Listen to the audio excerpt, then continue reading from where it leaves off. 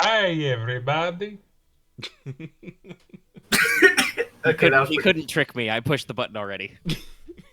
Usually I start when Lucky says I'm gonna start the recording. Right, that's what I'm like. Record, just in case. Hi, welcome to Rain 29. Is it 29? Yes. I don't fucking 9 of 20. I think so, because I'm pretty sure last one was 28. I'll find out when I finish the recording. Before we do the thing, I'd like to remind everybody this episode is brought to you by our patrons like Adam Harp, Lexter G, Call Me Zed, Carlos, Dragon, JV 9000, Starlight, Legendary Boss Hunter, Rise of Kenji, Rogue Robin, Trevor, some guy named Bob, and Varian the Crow. If you like what we do want to see us do more, consider supporting us on Patreon. I am closing that tab. Thanks everybody for listening. We're schmoving. Yeah. So, Yep, just move it. nobody pay attention in the video version of the memes Mims. or anything we got going on. We talked about a lot of stuff before we got started. We do that. Also, that is a perfectly valid mission. Mhm. Yes. Yeah. All right. Better appreciate that I'm here because I'm missing out an important football game for this. Oh, are you? What's it? Yeah. It's not a playoff yet, but it's a game for the 1 seed. Ooh. Well, I appreciate you being here, Dallas. Yeah, we like that part. We're already in the we may have, depending on how far this run goes, we may have to talk about rescheduling. Which now that you've said fair, I didn't realize that. Wow, you guys are doing good this season. Yeah, no, the Lions are a 14-win team right now, and I've never had to deal with that before. Okay, we're we're pretty hot. Okay, damn. I mean, to put it into perspective for the audience, if you take out 2024 and 2023, over the past 70 years, the Lions have 3 playoff appearances. Jesus. Sorry, 3 playoff wins. Oh, Jesus. 7 playoff appearances. Yeah, they're a historically awful team. They are if I remember correctly, they're the 5th highest losing percentage in the NFL. Which is impressive considering they're one of the older teams. Yeah, no, it's a whole thing. We will get into further sports stats, but yeah, which is why I said we're gonna work on rescheduling around some future stuff because holy shit. Yeah. No one knows when the playoff dates are yet, so I will update Omega with that stuff. Yeah, we'll start working our scheduling and when we're not locked in. Yeah. But you guys are at We're Wind Keep. You spent your first day there doing a lot of reading and stuff. Hopefully everybody was elucidated, was educated, had fun. These next, I want to say, couple of sessions are gonna be interesting because also good mission. These next ones, I've got you and we're still not leaving. We were going to keep yet. You got a day of free time, but I've planned out for the next couple of stops, and they're a lot less expositional and a lot more I don't know, just pure role playing based, which is something we do anyway. But now it's not like, oh god, we're wasting time role playing instead of doing the contest or stuff. Now it's just like, yeah, that's what it is. Your alternative is I fast forward time until I run out of materials. Don't skip all your dialogue. So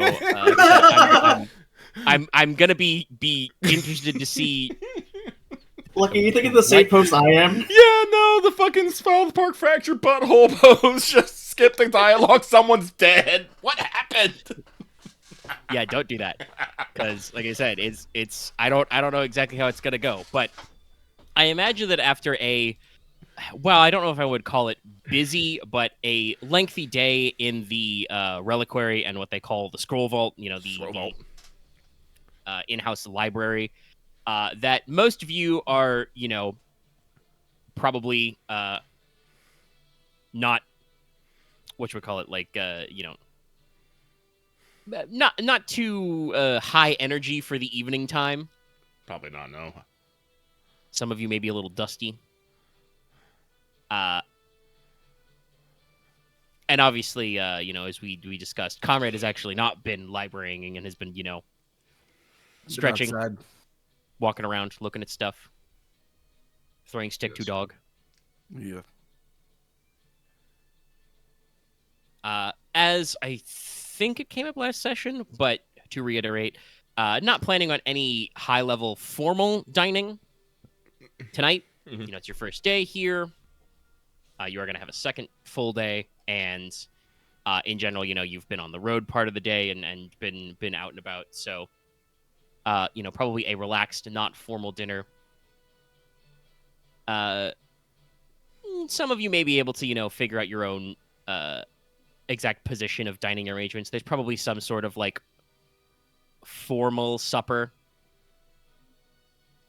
where you can sit in a big room with a bunch of people. If that's more your style, you can probably have food taken back to your apartments. For our Marquess, Leslok, taking advantage of this, Nerissa would probably invite you to dine in like the castle's like private dining area. Have a reserved personal dinner. I'd be delighted. Thumbs up. He knows what he's doing.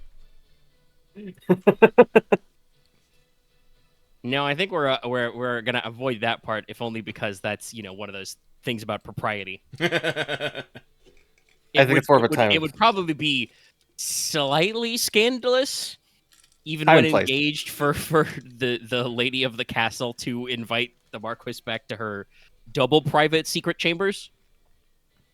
Yeah, that might be This is the part where Leslok is like, "Do I have double private secret chambers?" And I'm like, "You should." Canonically, have you memorized the blueprints of Stonehearth yet? You may have double secret rooms. I don't know.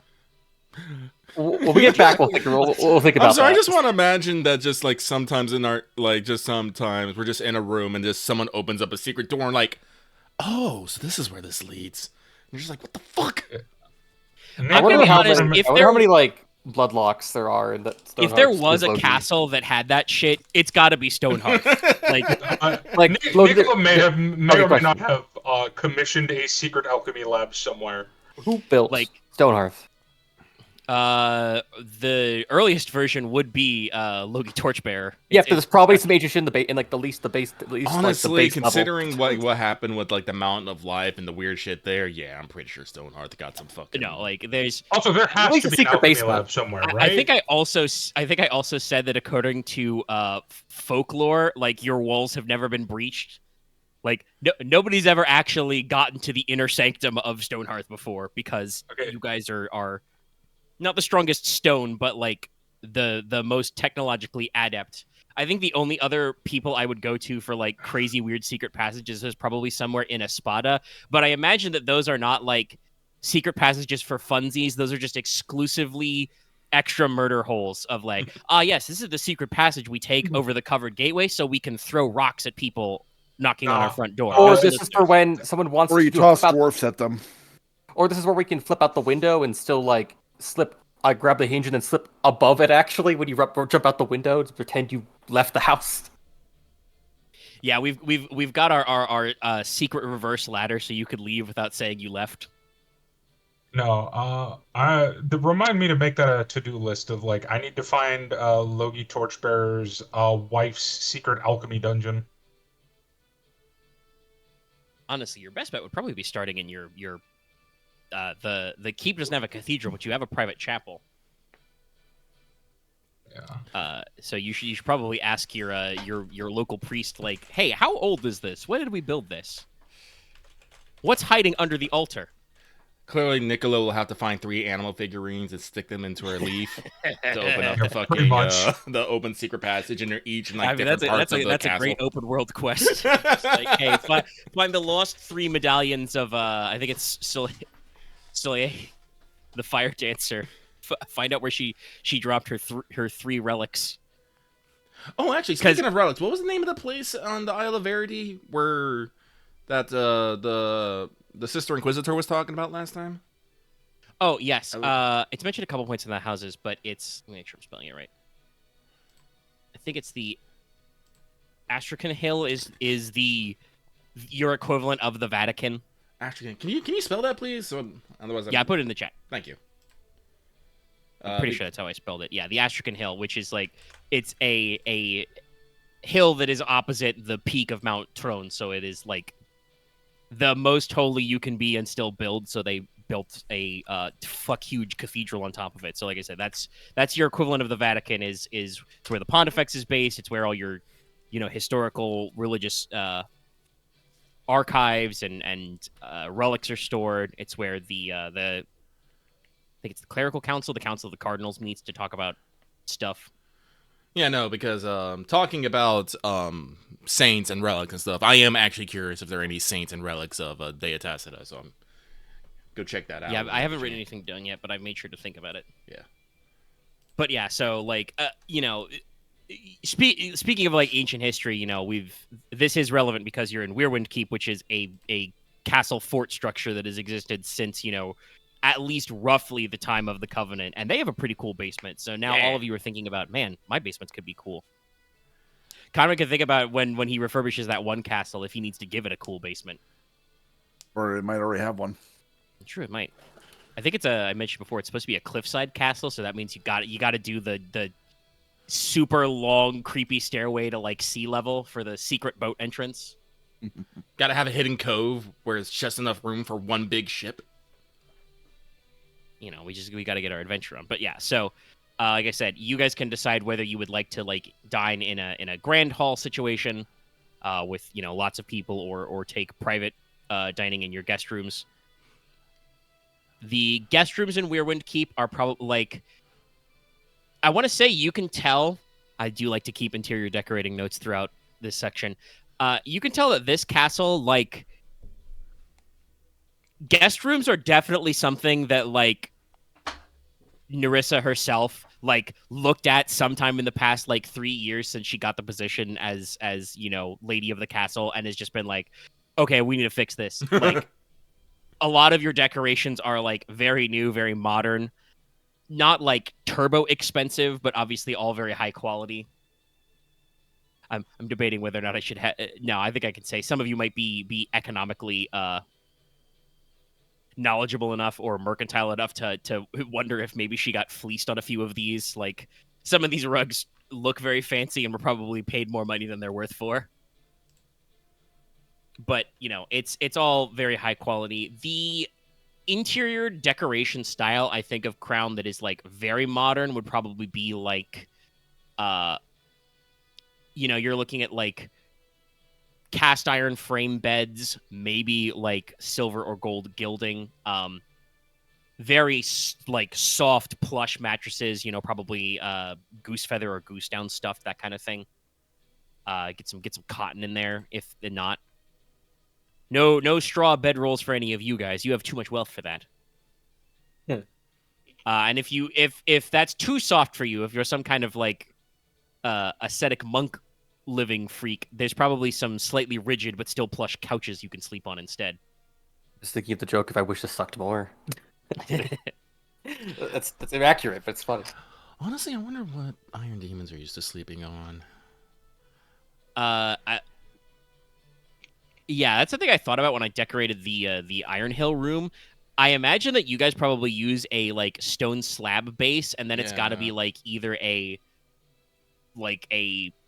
thin mattress of like some kind of like mountain reed, pine related needles or something, like to cushion it up, or you get big fucking woolen blankets to throw over everything.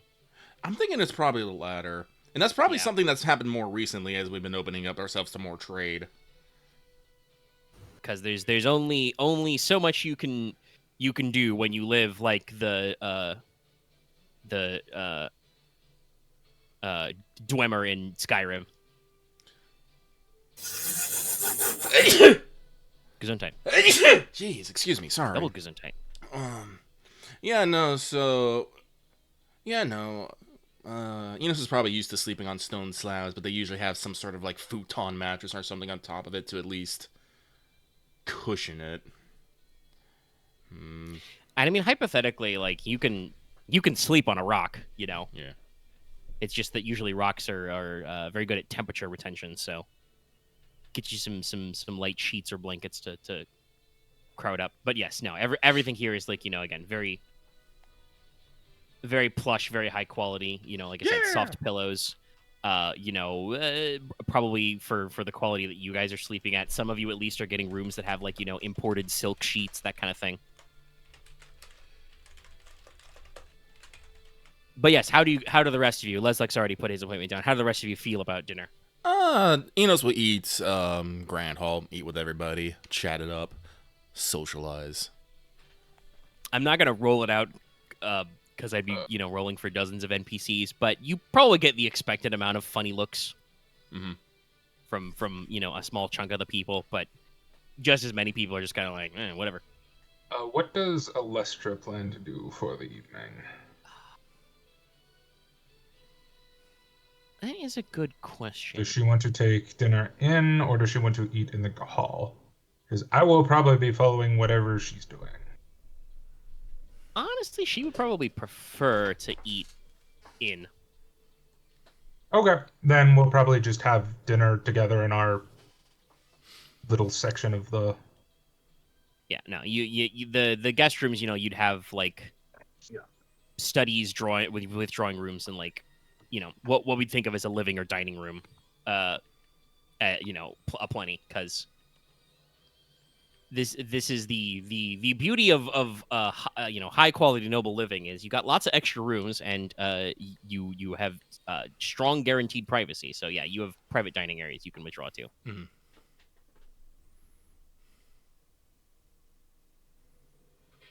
Logesh, what about you?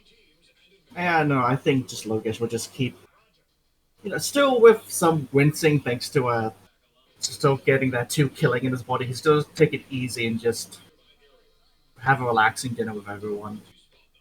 All right. No big movements, no nothing. Simple affair, really. And then Konrad. I'm going to dine in the hall Alright.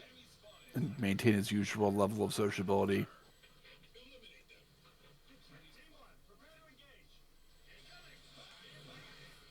What's the Crown Prince and Agave doing for their dinner? Because they are not doing a big event dinner, the Crown Prince will probably dine privately this evening. Okay. I'll spoil the recurring theme now. You guys have picked up the Crown Prince doesn't really like to insert himself into situations unnecessarily because he knows that he automatically draws the most attention. The only way he could not draw everybody's attention is if the High King is also there. So, oh no, we learned that back on the first ice cream social. Yeah. That is literally the singular reason I have attempted to be as unprofessional around him as possible. That's gonna get you stabbed. It's worth it. it might This also boy get him needs a shot. sense of nerve. You showed the picture of the rifle holster on a saddle before. I've mentioned before. Agave has a carbine on her saddle. Oh, okay, awesome. So those things are canon. Yes. Yeah, no. That's definitely a. If you guys didn't already have the ability, because we've discussed before, Teine's not really big on horseback riding. You have a lot of uneven terrain, but like absolutely, House Cheval has developed the saddleback holster for like carbines and other compact guns because it's a. I didn't know it's a it had great way to carbine. move dragoons, carabiners, and etc. around is to put them on a horse and have them hop off. Is it weird if I think of carbines? I think of like actual magazine guns. I mean, a little, yes, actually. The carbine existed before rifling because rifling is actually very specifically a gun that has rifling. Yes, specifically the word carbine comes from carabiner, as in the having the carabiner, the like straps and hooks, but it's a type of cavalryman. It's a mounted rifleman, basically, somebody armed with a carbine, musket, whatever. Yep. That's why I was like curious. I was like, wait a minute, like wasn't there like saddle holsters for guns? I was looking it up. I was like, that shit looks rad.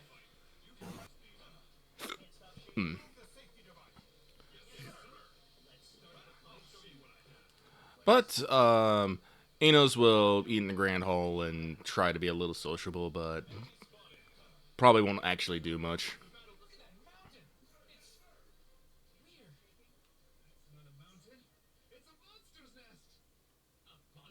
Alright. What's up? Nom nom nom nom nom. I'm just saying that's all right. It's perfectly fine. Okay. So that means you're up next day. You know, breakfast is probably pretty similar. Oh. And then you've basically got your whole day ahead of you. You won't be leaving until tomorrow morning. Oh, okay. So, as mentioned before, there's not really a big castle town around Wirren Keep. There are a couple of market towns that are probably an hour or two by horse away, if anybody did want to do any shopping or anything. There are a decent number of, like, picturesque, fields and pastures around. Definitely, I would say, because I know that this is also something Leslok was asking about the first day you're here, having, like, caught up on her work emails, Nerissa is probably going to take at least one, inspection of the keep and then ride out around to the grounds, and she would absolutely invite Leslok along to go with her. Yay.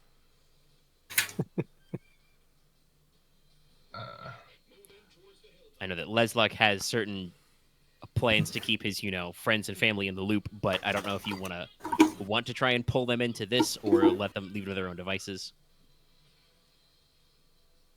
Let me check something. Certainly, if you're going riding out and about, it would not be unheard of to have your Cavalier follow along behind. Yeah, I was thinking about Logesh having around, because I don't know if he's actually doing anything right now. Mostly recovering, doing a little reading, I think. Yeah. Healing from a stab to The the plan chest. today was actually to get into some rehabilitation, build up my muscles and my torso again. But if you need me, I'll go with. Sorry, I was just slightly distracted because I finally opened up the free samples I got from with my Gamer Subs Cup, and I've got Guacamole Gamer for 3,000 or 9,000. Let's go. Oh, Russian Yeah, they carry that Badger, one of the free samples usually. Mad lad. You menace. Yeah, he's a fucking menace. Anyway, I think it's actually no. supposed to be strawberry kiwi. Anyway. It Yeah. is. Oh, it is good because Despite all of the names, everything that Gamer Subs put out is like usually a normal flavor. If Yeah, I I remember wish I right, could Russian find Badger out. owns like part of Gamer Subs, if I remember correctly, too. Yeah, he's a partial shareholder. I wish I could just tell me what actual flavor it was. But anyway, regardless, if Leslok requires him, Logesh will go. It's more just a Lolly. habit. It's more a matter of habit, honestly. Okay, come on. Right. So for Nicola, I will probably be doing my training regimen in the morning. Do they have training grounds? Oh, yeah, they Yep. do. Yeah, Where we okay. keep, yeah, they do. So I'll probably be doing that. I assume they have straw dummies. Oh yes. Yeah. There's a chivalric order Actually, of do they knights have quartered wood? here. Yeah. Do they have wooden dummies? Yes, Probably no, they be would better. have proper wooden targets. There's a lot of Uh, you probably see, especially if you get up early, you probably see like, a dozen, pages and squires of dragon dancers practicing with like They- quarterstaff and spear. Yeah, they probably might give me some weird looks because of what I'm practicing, but Still on knife throwing. no, I'm actually practicing my unarmed discipline. Ah, Kumatot, I think. Kumatot? It's Ku something. Oh, is that the sailor one? It's the kick one. Yeah. yeah, Kumatalu. It's what Sanji does in One Piece. Literally. Yeah, I'm not sure if that's actually where No, the I think it's you both got it from an actual thing, but well, it's one of the I think I changed the name slightly, but it's in the like Sailor's Foot is in the original Rain book, but yeah.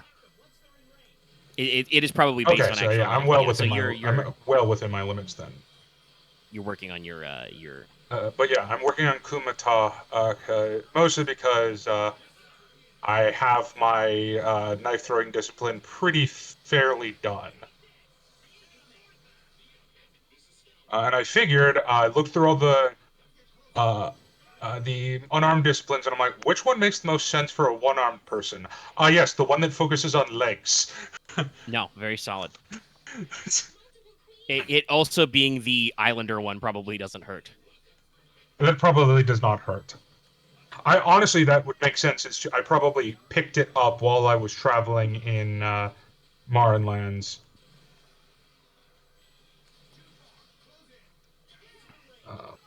But yeah, I'll be doing that, and then I will go. Wait, I will probably ask before we go to bed. Is there an alchemical lab in the? No, they would not have an alchemical lab. There are probably some spaces, for, healers and physicians to work that can work for your purposes. Okay. I will probably, yeah, that'll be for what I need to make. That's fine. So I'll probably go pick up some stuff from the store, and then I'm gonna make a potion. That's fine. That needs to be done.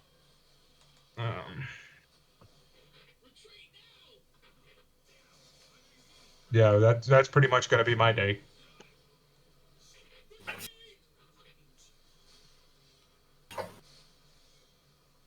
You doing anything, Konrad? Probably his usual routine, and then probably at some point he's going to come up behind Nicola. It's like, how about some practice, crack knuckles? Get a little sparring in.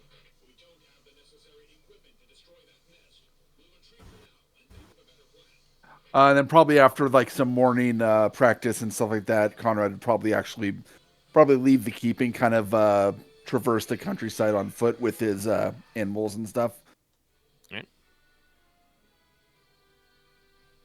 And that's probably about it. He'd be sure to be back in time for dinner.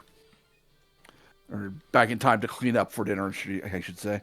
Since it is going to be a more formal dinner. Yep, you need a little bit of prep time.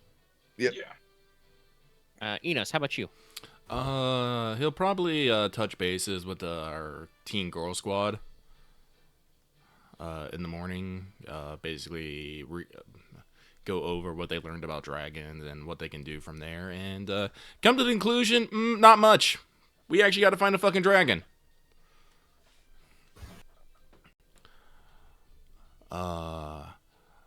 But here's a question. I have like plenty of left. Can I just have gemstones on me, uncut, that I can work and polish? Or do I actually need to go find some? Maybe.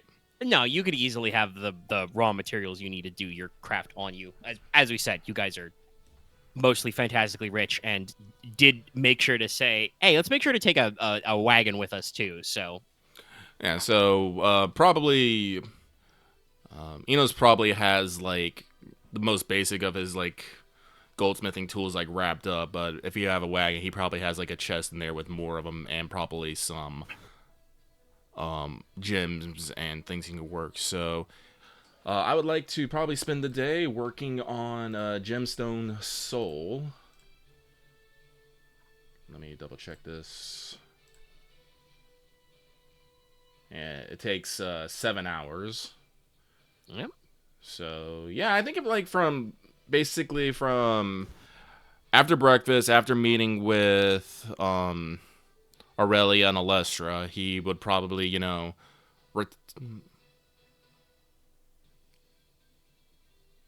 sorry, I'm thinking, like, would I retire to my bedroom, or would I find like The Castle Keep obviously would have a workshop. Yeah, he probably asked to borrow a space in a workshop. Would you be willing to say you were working on sorcery stuff? Yes. In that case, they can probably get you a small.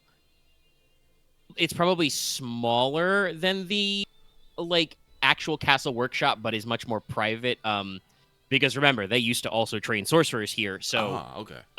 there are probably some like small underground fortified, quiet rooms where people can practice spell work down here. Oh yeah, perfect. That'd be perfect. So a little dusty, but you're used to working in the dark, so Yeah. you can find a private space to work where mostly the only people who would probably bother you at all is some of the acolytes or librarians would probably pop by every couple of hours and make sure you have everything. Yeah. The water skin, whatever. Yeah, so Inos will be working on that. He'll keep the door open so everyone knows that they can bother him if need be. Yep. But yeah, that'll probably take him till like to dinner time or just before dinner time. It is a 7 hour, so yeah. Yeah. After a little bit of check-in, your Utes probably do morning lessons. Huron probably joins Konrad for morning drills and stuff. And if you don't mind, he would be willing to he'd be like, I can totally come with you outside of the castle, bro. I don't need to be here. Bruh. Brother, they made me look at scrolls all day yesterday, brother. Brother, may I have some freedom? Brother, I seek the forbidden light. The lamp, brother. Lamp. Lamp. I love lamp. Must ponder the orb. Not more pondering of the orb. No, Leslok. I think Leslok decided he's going to use for scrying. He didn't need a crystal orb. Mirrors are cooler. I will make Mirrors are cool. I think the other third thing is that the one that I think is it's the most annoying, but it's probably the coolest. Is like you get a basin and you pour water every time you want to scry. Holy shit. 310s. Oh, nice. Yeah. I don't think my height means anything about it. It's just 939. Sadly, not always. yeah.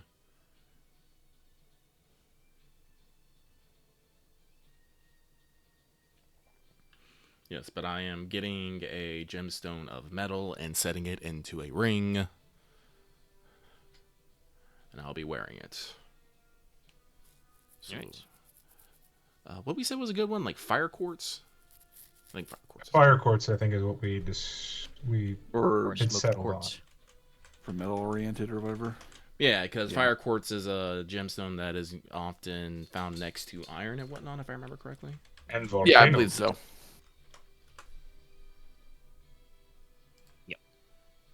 Yeah. And there's a few others that could probably work, like hematites and other iron. Well, that's what rich- fire quartz is a hematite. It's hematite Oh, it's a quartz. form of hematite. Okay. Yeah. Yeah. It's a specific type. Yeah, it looks like this. I don't remember us being all nerdy about it.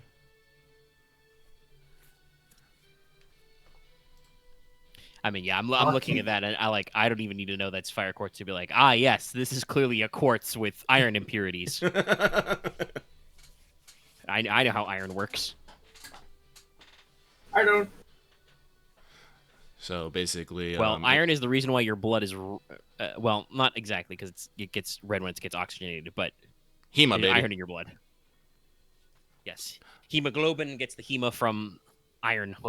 Yeah. But no, so basically, Enos is going to take that, cut it, polish it, enchant it, set it in a ring, wear it.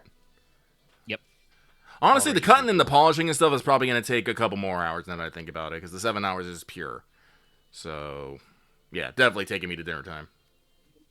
Yep. But that's Enos. Bum, bum, burr, burr, burr, burr, burr, burr, burr, burr, burr.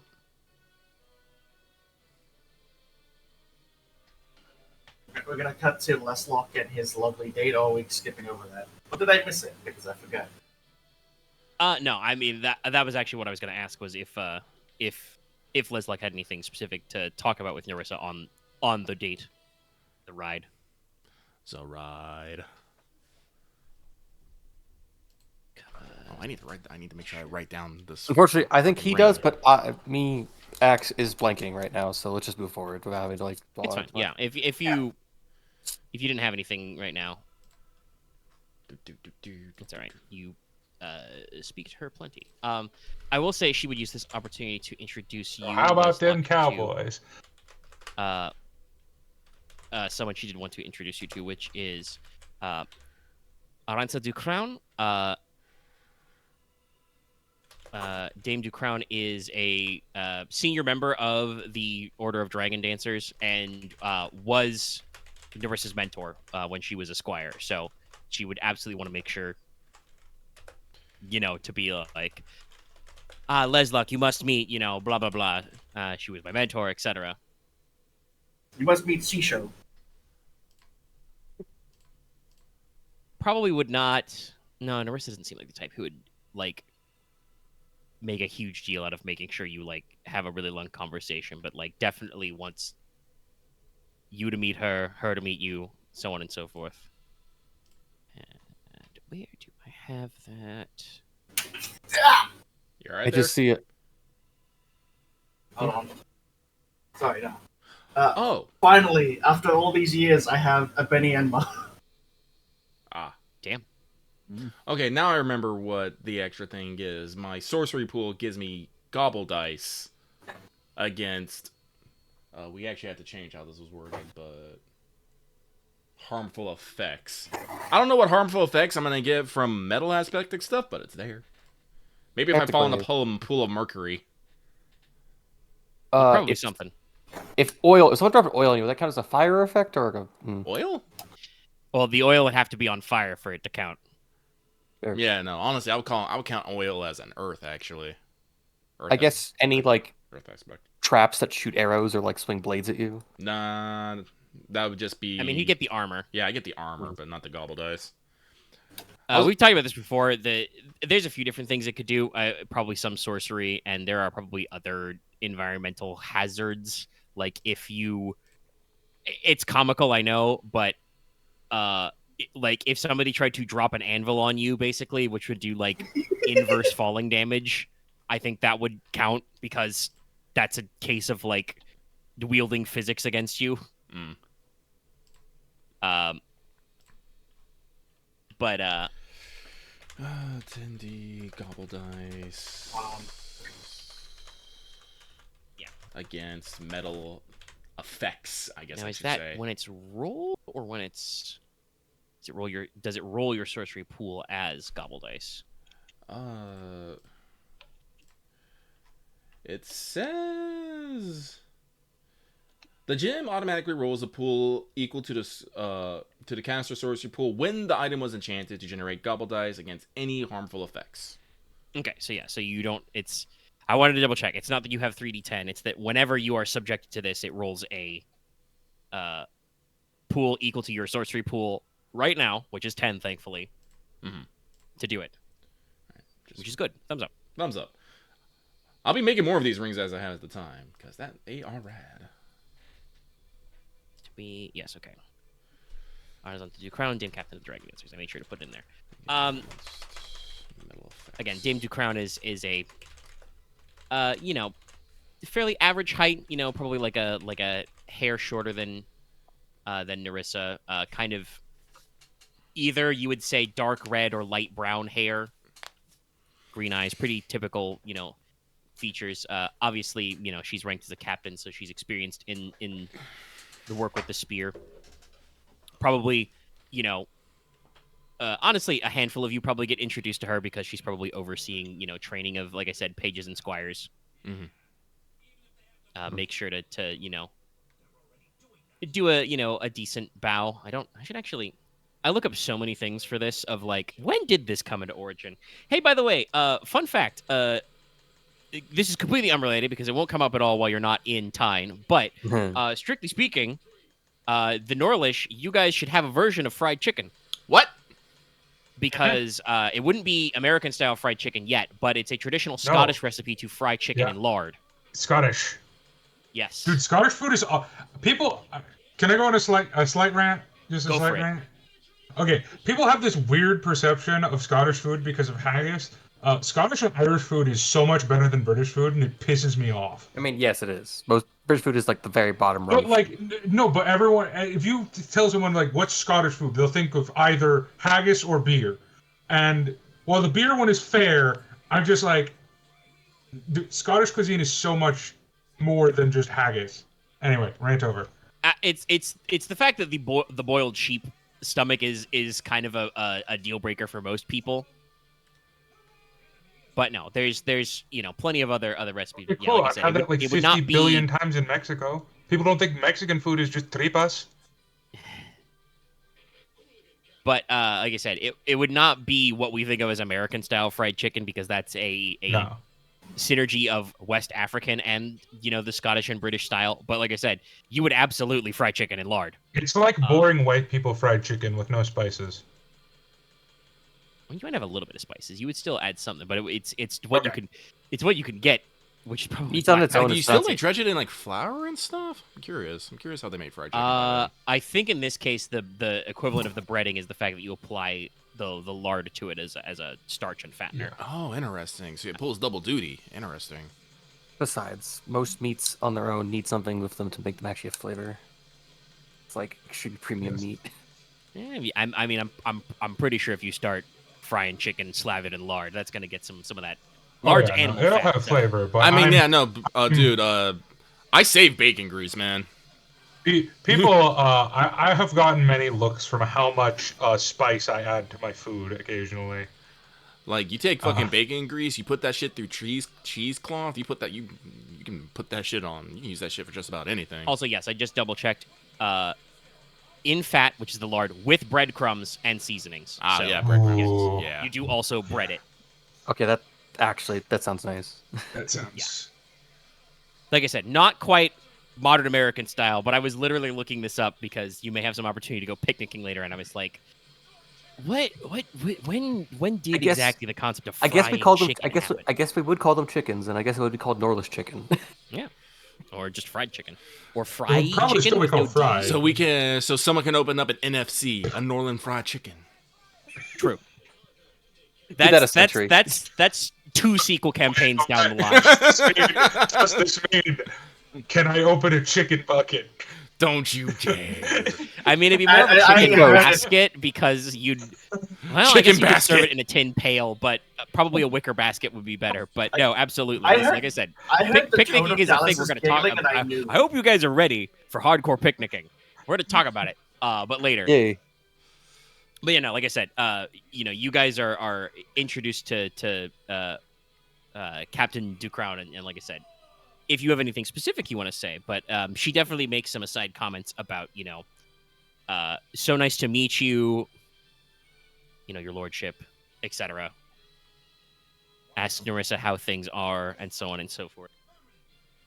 I would also say for role playing opportunity, while you're writing about, is obviously you're bringing your Cavalier, but this does mean that if Logesh wanted to, he would have any opportunity to interface with Lady Rosenrot Logi, who is now Narissa's Cavalier, who would be also there at a respectful distance.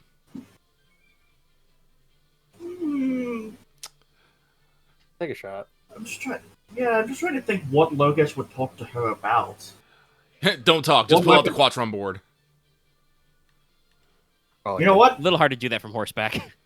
I mean, you probably brought the box. Probably But brought if the box. they're having a moment where they're just casually chatting like this and we're not moving, yeah, sure, pull out the quadrant board.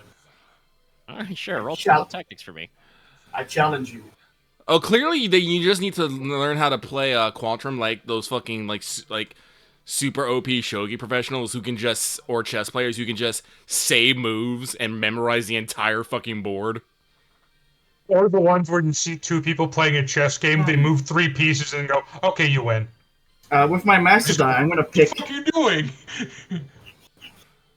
height doesn't. Sorry, I forget. Height doesn't matter, or width doesn't matter. I mean, both matter in this case. You're doing an opposed check. Okay. Height is better I'll- for power. I'll have my master die be an 8. All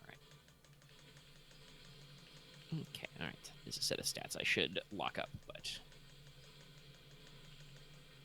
But you know what this means? I have an excuse to put a point into tactics again after this. Ow, ow, ow. My foot. yeah, we'll say she's on equal footing. Oh god, it's Yeah. not a Smith Blizzard! 2 8s? Oh, you also get 2 8s. I think this is a stalemate. Yeah. Interesting. I'm Which is happy with this. totally a thing that can happen in real chess. So yeah. Yes. It's like, oh, this will take too long. That's actually Okay, we'll very stop here. common with 2 really good chess players. Yeah, Yeah, this will so, have Logesh go, ooh, interesting. Yes! Yes! Gifts you can hear. Oh. It's still For the one of people my in the favorite clips of audio-only the version, Yeah. it's the "Why do I hear boss music" with the Russian chess champion It's meme. Russian chess master Anatoly Karpov. And then And they they keep play crying for his fucking Bort's music from Dark Souls 3. You know the one, chat. Anyway, yes. So yeah, no. Dame Rosenrod is usually pretty quiet, but you know she makes sure to have a couple comments about like, well, your form is excellent. One must remember to practice both the hand and the mind. Who's saying this? Dame Logi. Okay, sorry, my bad. I thought you were referring to the person Leslok was talking to. No, this is good. This is good. Training the mind is always nice. I would happily challenge you to a friendly spar, but still recovering from my last one. Will not be in top condition. I know Logesh has to be so over these jokes, but she is absolutely gonna be when you talk about your injury, being like, yes, you should need to practice your defensive form a little better too. This will earn her a well, I wouldn't say well deserved, but earn her a glare, a narrowing of the eyes. She raises a hand to that and says, "I apologize. I'm sure you've heard that before." Don't worry, that just makes number 7. Oh, you counting. I'll have to get better at my comedy. Listen, Nicola has not made that you just joke, take 2 martial arts at because- polearm. You take the third one, which the third one you'll have will be about swords. It's not that bad. Anyway. He does not have an arm to stand on. Make it That's more right, like you. I almost forgot. Nicola, there's your name. That's one. You are Yeah. going to be doing some stuff in the lab. The lab. Yes. So I would like you to make your sorcery rolls as well. I'm going to be making a singular potion. Which one? Well, there's only one that I can make that takes a while, so I'm going to be making one of those for myself for once. A stone skin potion. Okay. It's always Just a to good keep investment. in case of emergency. Also, I am Where entitled to make is it? lazy rolls and what? Very slightly. No, that's a little too Z. Slightly Germanic, but it's hard. Yeah. Okay. Alright, it stays good for 1 month. And that's why I like, as the game master, I'm like, absolutely, I know Logesh is tired of people doing this already, but she hasn't had this conversation with you yet, and she is also a professional bodyguard and fencer, so she is absolutely going to be like, you need to work on that. I mean, she probably, like, after the joking part, she probably commiserates and says, like, well, honestly, for, Ainara Espada, it's, you should consider yourself lucky that, you're not dead. I will say there's one thing I do regret about the new computer. What? Is that my keyboard is made for people with much smaller hands than me, because I gaming know keyboards this do fucking that. problem. You got an itty-bitty keyboard. You need one of them chunky gamer keyboards. Double tens. All right, okay. Jeez, double 10s, double 9s, double 5s. Give you 1. Stone skin elixir. I probably should have just brewed 2 just to save myself. But, meh. I don't know why this giant nondescript I have loser a is question, so Omega. keen on kicking my ass. Omega, I have a question. Oh, Yes. a Guinness? No, the second one. Oh, If I Arcos. roll for making... Just this is a future question, obviously. I didn't declare it for this. But if I roll to make 2 alchemical things, and I only get 1 success, do I still get to make 1, or is it a flat nothing? Yes, you still get to make 1. Okay, so I'm just going to always declare making 2 in the future. All right, you'll take a penalty die for that, but yeah. Yeah. That's why you get stuff up. And for anybody wondering in general, that is generally how multiple actions work. Usually you're making a multiple action because you're forced by some circumstance, so not getting both is usually bad. But in general, But if you alchemy only is get just one weird set, you like can always that. pick. Yeah, there's some cases where, like, I think for some actually for some spells in general, I have to specify, hey, you can't multitask this shit. Yeah. And there are also esoteric disciplines that let you do that. Spoiler, I actually have like 3 of them. Yeah, there's a lot of that. That is like one of the most common esoteric discipline or martial path abilities. Is, hey, do you want to do a multiple action? Do you want to dodge and do a thing? You can. Dodging or parrying with no penalty, and also using your primary weapon is, like, I think the most common martial path ability, because Yeah. action economy is really important, y'all. Next one's fast. As we've seen from the handful of fights we've been in, being able to both not get hit and hit back is important. Yeah. But all right, okay. So I was gonna say, actually, before that, that with your enchanting, Enos, Aurelia probably does, like, check in on you when you begin that process, just to observe, but she's not gonna, like, hover over your shoulder the entire time. Yeah. And she will probably, go about, we're gonna get afternoon lessons with tutor Moira Dejan. So, Moira is probably real antsy, so probably, walk up and down the walls, go riding in the hills, get some sword practice in.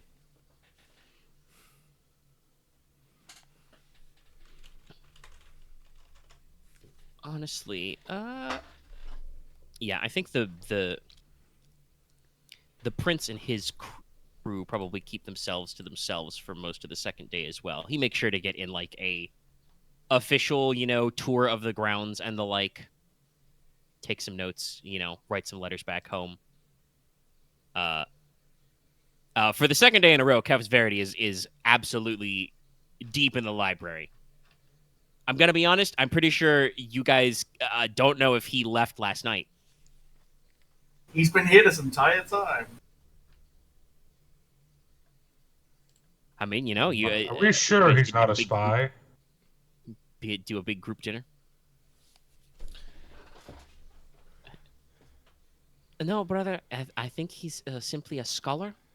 Ah, right. Am I Something you throwing would know stones in about. glass houses again?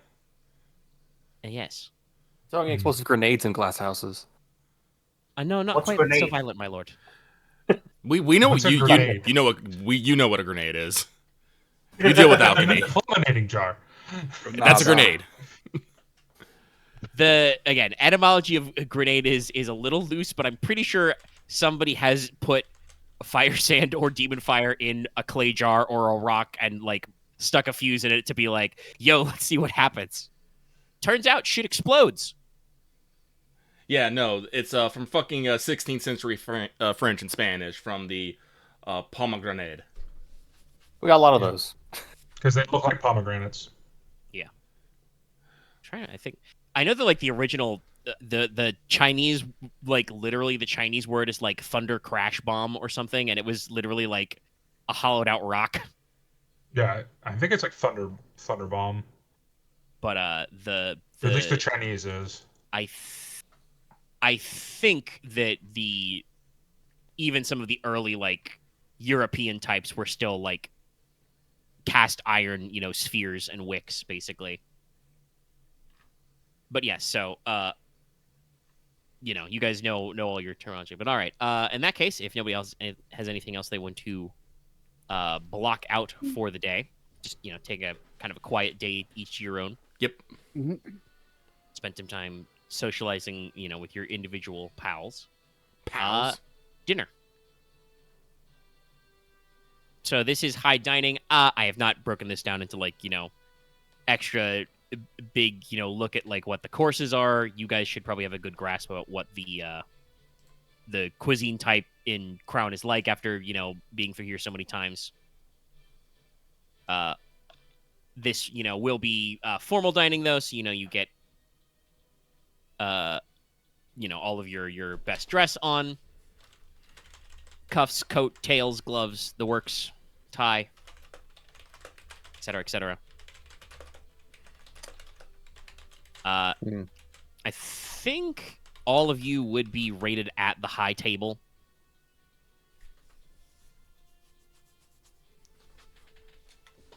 Yeah, I can. Makes sense. Yeah.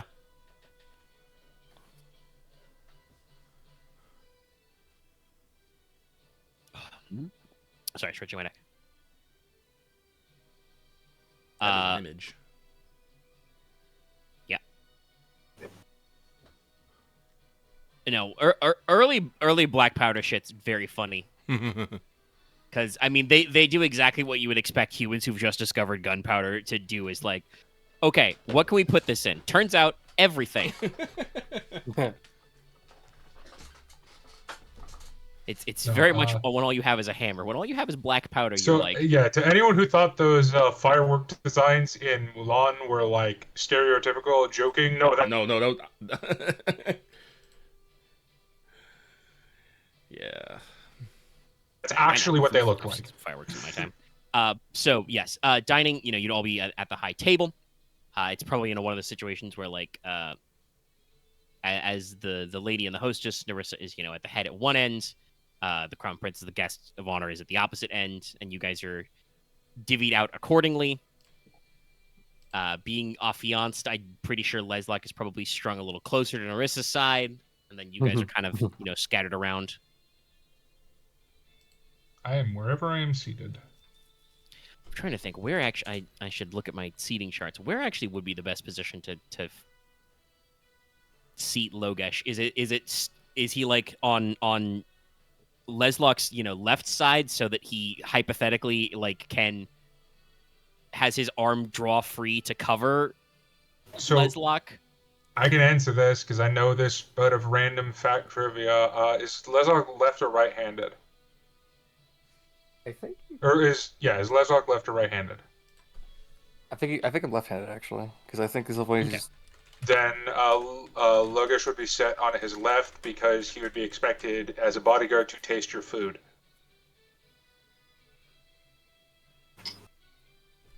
Probably, yeah. Yeah. Well, that's also why I expect you to have Panacea on short tap. Don't worry. Dude, I got so much anti-poison shit, it's not even funny. I know. Yeah, no, we it's almost like I had inflicted deep-seated trauma about that one. Panacea, Golden Needle, and 2 esoteric discipline things related to poison. Why'd you make the golden needle? Versus? Oh, I don't think he has the golden needle in his pocket. I think he's saying... No, I don't have that in my pocket. Oh, okay. But again, that's the one that I talked about of like, hey, you're gonna want to take this. I've discovered I can have monsters have stats for we have rules for petrification. We're gonna make the depetrify spell, and you're gonna spend EXP on it. And Dallas was like, yes, I'm going to spend EXP on it. It's already actually, I'm sorry, it's already been spent.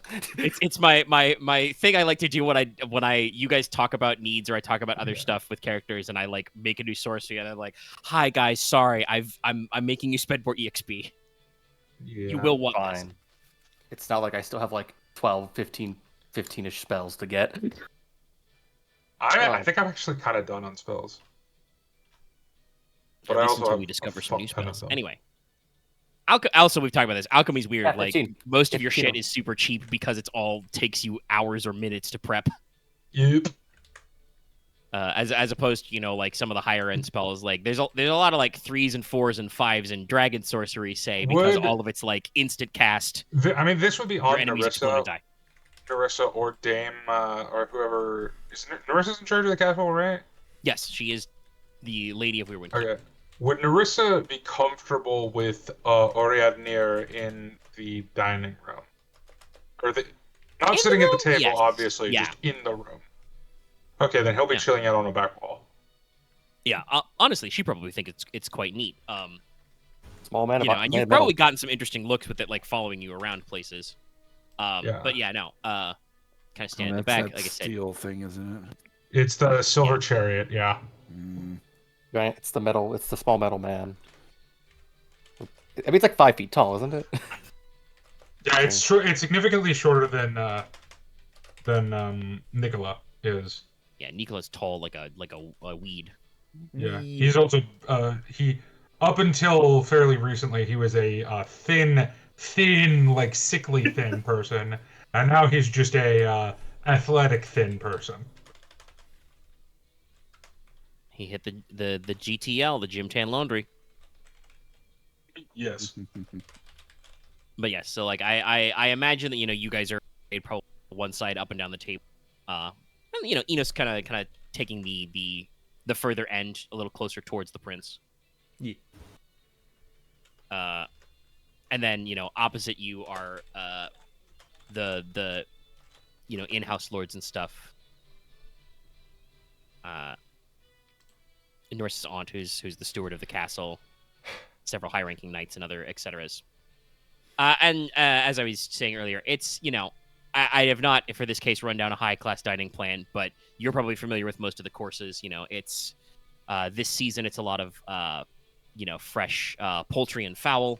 Yeah, chicken. Like just a nice stuffed pheasant or quail or something. Spring vegetables. Obviously, plenty of fresh, high quality breads.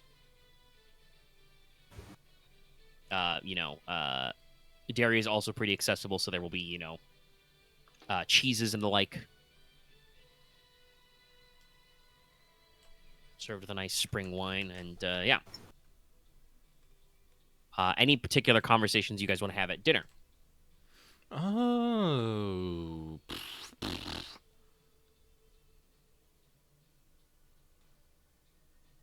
Inos would not sit quietly, but I don't know if there's any actual conversation pieces that I can think of off the top of my head.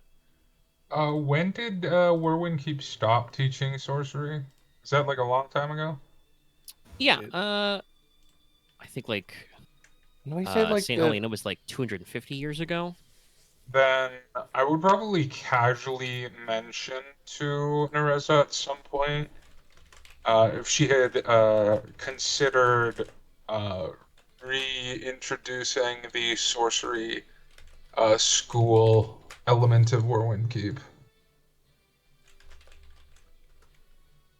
Yes, Nerissa probably mentions maybe a little. No, not sad, but not maybe a little wistfully that like.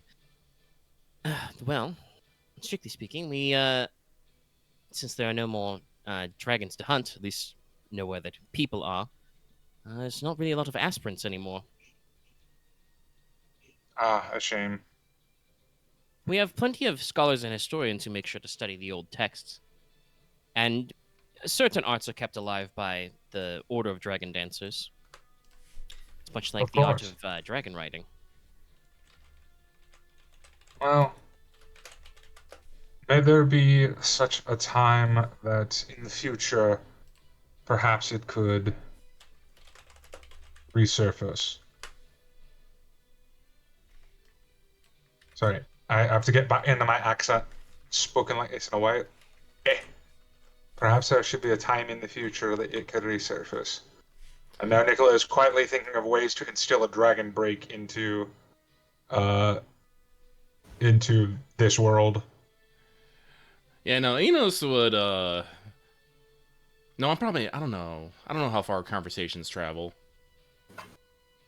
No, I mean you're at a dinner table. There is probably chamber music, but it's definitely not going to be loud enough to overstrap conversation. So unless Nicola is making sure to talk quietly to No, the person, all the way at the head of the table, everybody could probably hear this line of conversation. Enos would probably respond dryly then. It's like, that would probably mean that the dragons have come and have started stealing cattle again. fair enough. I think Nerissa kind of like rolls a shoulder at that and is like, well, certainly the castle and the soldiers trained here are supposed to be prepared for that. It has been a while since any of them put their skills to practice. Hunting dragons.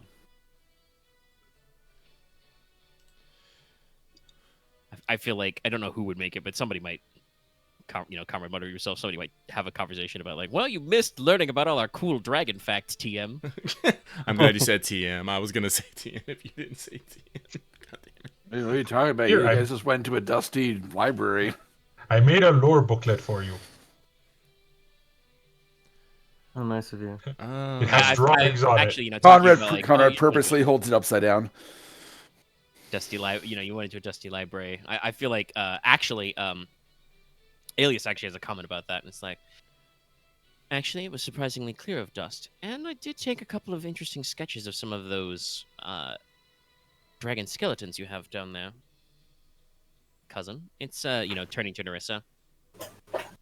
The chateau and the palace in Lampclair don't have many of those sorts of historical artifacts, and they probably. And I think the way only family can, they have a brief 5-minute conversation about interior decor at several royal households.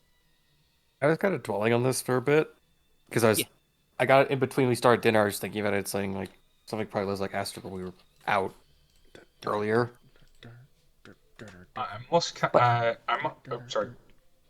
I think Leslok. I don't know if Leslok has actually asked her before of what she would do if she actually encountered a dragon.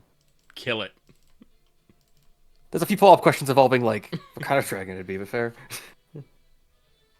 I mean, I got Nerissa's version of that response is probably I guess it depends on the dragonkin. Like most of the forms of her like school, her esoteric discipline are based around dragon riding.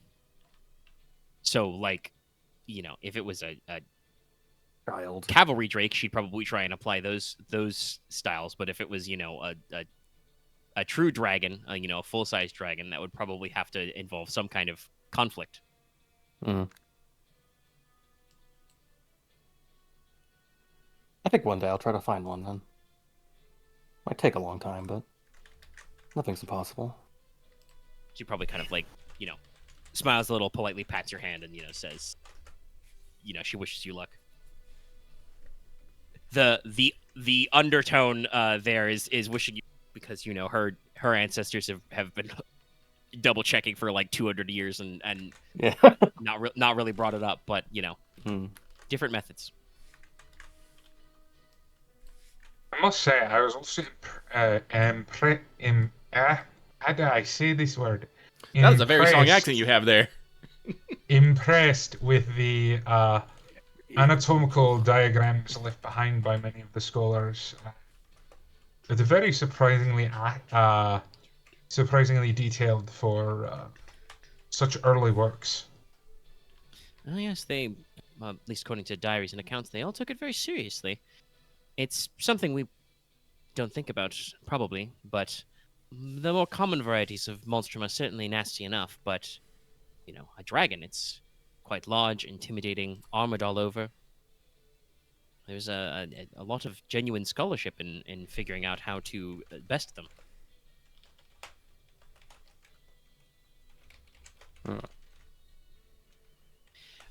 Nerissa probably looks around the table a little at some of the other guests and says, let us steer to a different topic. Ooh, excuse me.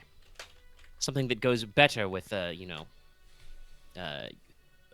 course of cheese and wine, and so on and so forth. Yes. And we also has other dinner vignettes to get. I don't know necessarily in a minute, but Inos will probably bring up the fact that we're gonna have to deal with the High King and Norlon for Summer Cork, and we got a lot of work to do about that, and we're gonna need some cool ideas so everyone has a fun time. I have nothing else, just to generate a conversation and get people thinking about plans ahead. Mm-hmm. Fair point. Lucky's actually been writing down all his gear and stuff. I actually didn't have it written down everywhere. I just been pulling it up anytime. So I'm like, that's dumb of me. Yeah, actually jot down your damage and other stats. Yeah. Yeah, on that point, the Crown Prince will probably take the head in that conversation for a little bit and give you guys, I guess, like a little briefing on, visiting court with the king. Yeah, like what I would like to know, like to have an idea of what we should expect and what is kind of expected of us. Well, holding court is a very old tradition. Strictly speaking, it goes back to the days of High King Wyn, though by all historical accounts, his visiting was more for the sake of stabilizing the realm, bringing order, and helping define the borders of the provinces we know now. Well, some of them, anyway. But it's long been a tool to go over there.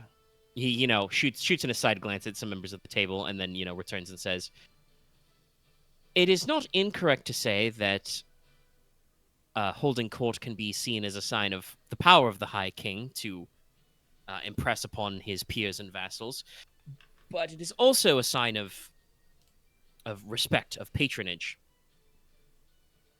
Just as, the vassal families are entitled to certain dynastic rights, it is important to receive your visitation and to be able to see and speak to the High King. I admit that as the years have gone on, Father has employed it less and less, but it is still fairly common for a monarch to do a decent number of tours. The main thing will be that when the king holds court in one of the peers' domains, is he will be, I forget there's a word, I think it's painfully French for, like, seeing and speaking to the king. I don't know Is that that one. the levy? That might be the levy, which is spelled fealty? like you would expect, but with two E's. But Fealty? basically, Alias would explain that, like, the number one thing is that the king will be holding court, similar to what you guys saw with the Curia, the Curia Regis. Like, he'll have a place where all the visiting lords and nobles and so on can hang around, and also all of the local lords, nobles, merchants, etc. can come and, like, hear about the circumstances of the realm, speak to the king, air their grievances and stuff. What's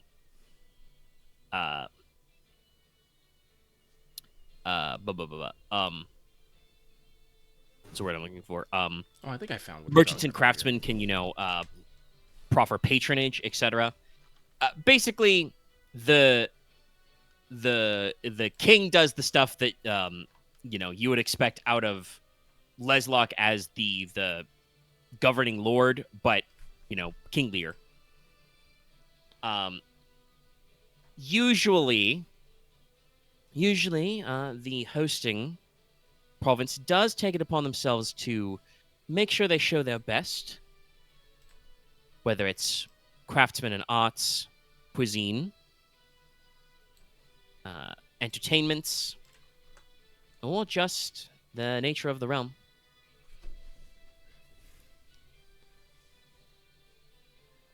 Yeah, the levy with the two E's. That's that's when you see the king right after he gets out of bed. There's a couple different words for the Louise and stuff had all kinds of crazy shit going on. Yeah, no, it was actually instituted by King Louis, but like I said, I was just looking it up. I mean, there's a lot of them, but yeah, no, I don't think that was one of the words I was thinking of, but not the exact one for just. There is, like I said, there's a word for just generally, like, oh hey, it's time to see and say hi to your king. Ooh. But yes, like I said, Alias says that it is typical to make sure that the High King and any visiting lords are just like any other hosting a guest are shown kind of your best face. He probably goes a little and says that it's usually what is expected, or at least from what he's seen from documents and the couple of times the High King has done a visiting summer or winter court somewhere else, is that a lot's to be said about the specific culture and industry of the various provinces. In our recorded times of visiting to Teine, it has usually been typically associated with demonstrations of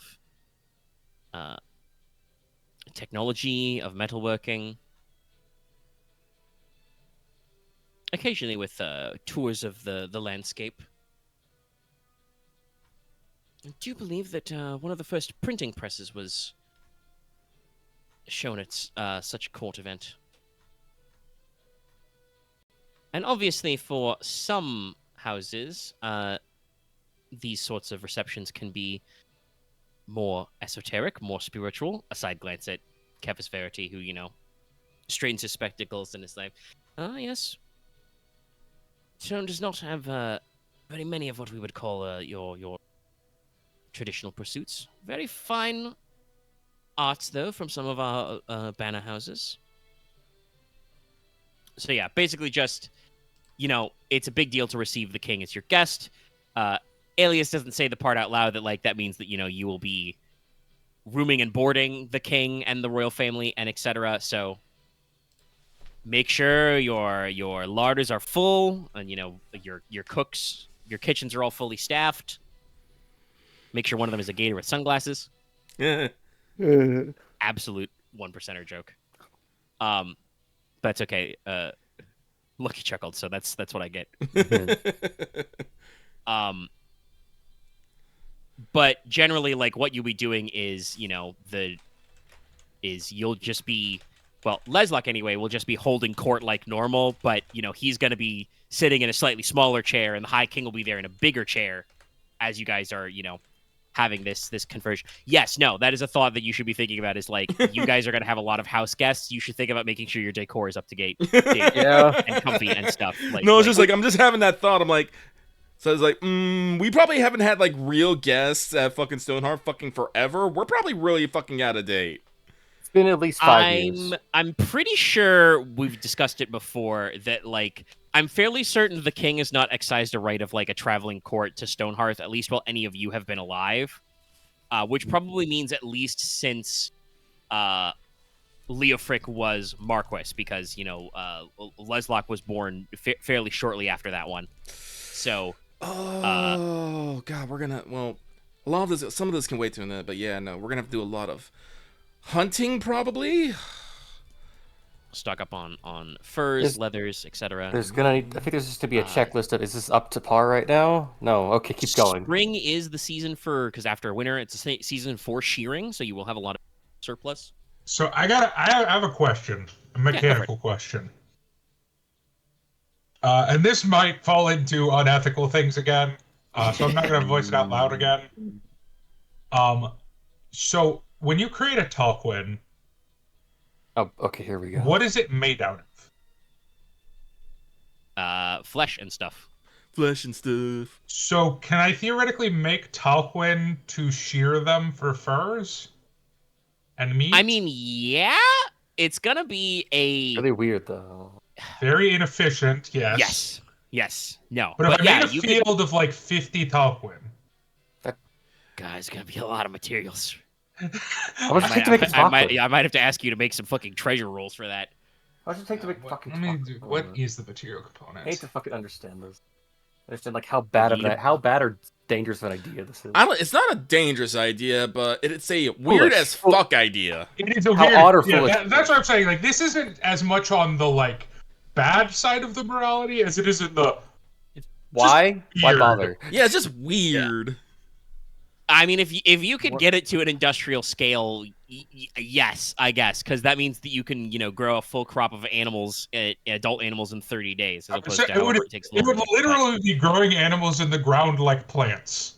Yeah, I feel like that's. I'm gonna be real. I feel like that's pragmatic. I feel like but I still feel like that's against the natural order. Just something internally rebels against the idea for me. Let's see. Requires against the natural order. Requires a huge amount of clay, ashes, herbs, purified water, and milk. Doesn't feel like it would be a net positive. Yeah. Because that's a lot of milk and purified water and herbs and stuff you got to use for that. Yeah, actually, thinking about that, probably it's probably not. Actually Yeah, the milk usable. part is probably hard.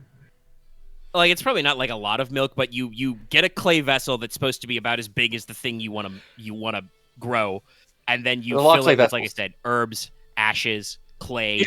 I think it would be. I think it would be efficient if you wanted to get a fur of a very specific, very rare thing, but not so much on a mass scale. You know what I mean? Yeah, no. Like if you wanted to basically do exotic imports without actually importing, Yeah, like if Nicola wanted to get access to like camel like a hide or Siberian something, tiger. or tiger, yeah. or griffin feathers. This But- is a thought for future, Nicola.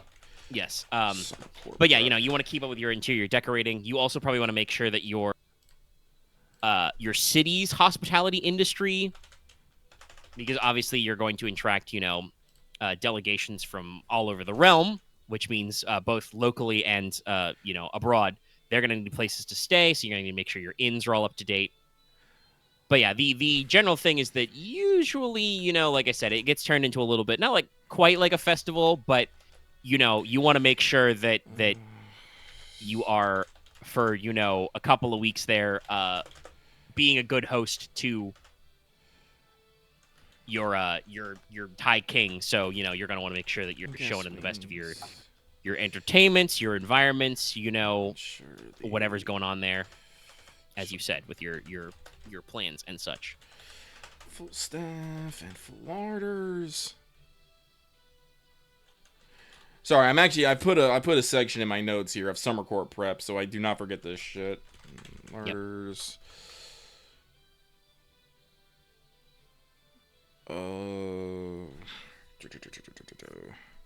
Luckily, it's like it's a stylistic choice. Whether or not you want to like conform to or develop a more modern interior style, or you want to keep to traditional styles.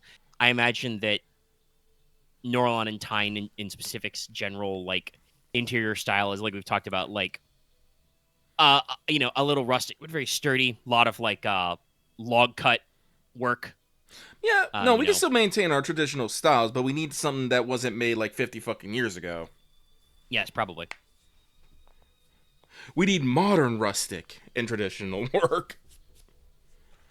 Probably a lot of cast iron. Get a lot of some cast iron, get some wood carvings in there. Maybe bring some paintings by some recent artists. I'll head I out cast to the, iron I'll and head out, throw I'll head out candle. to the wild and gather some rustic.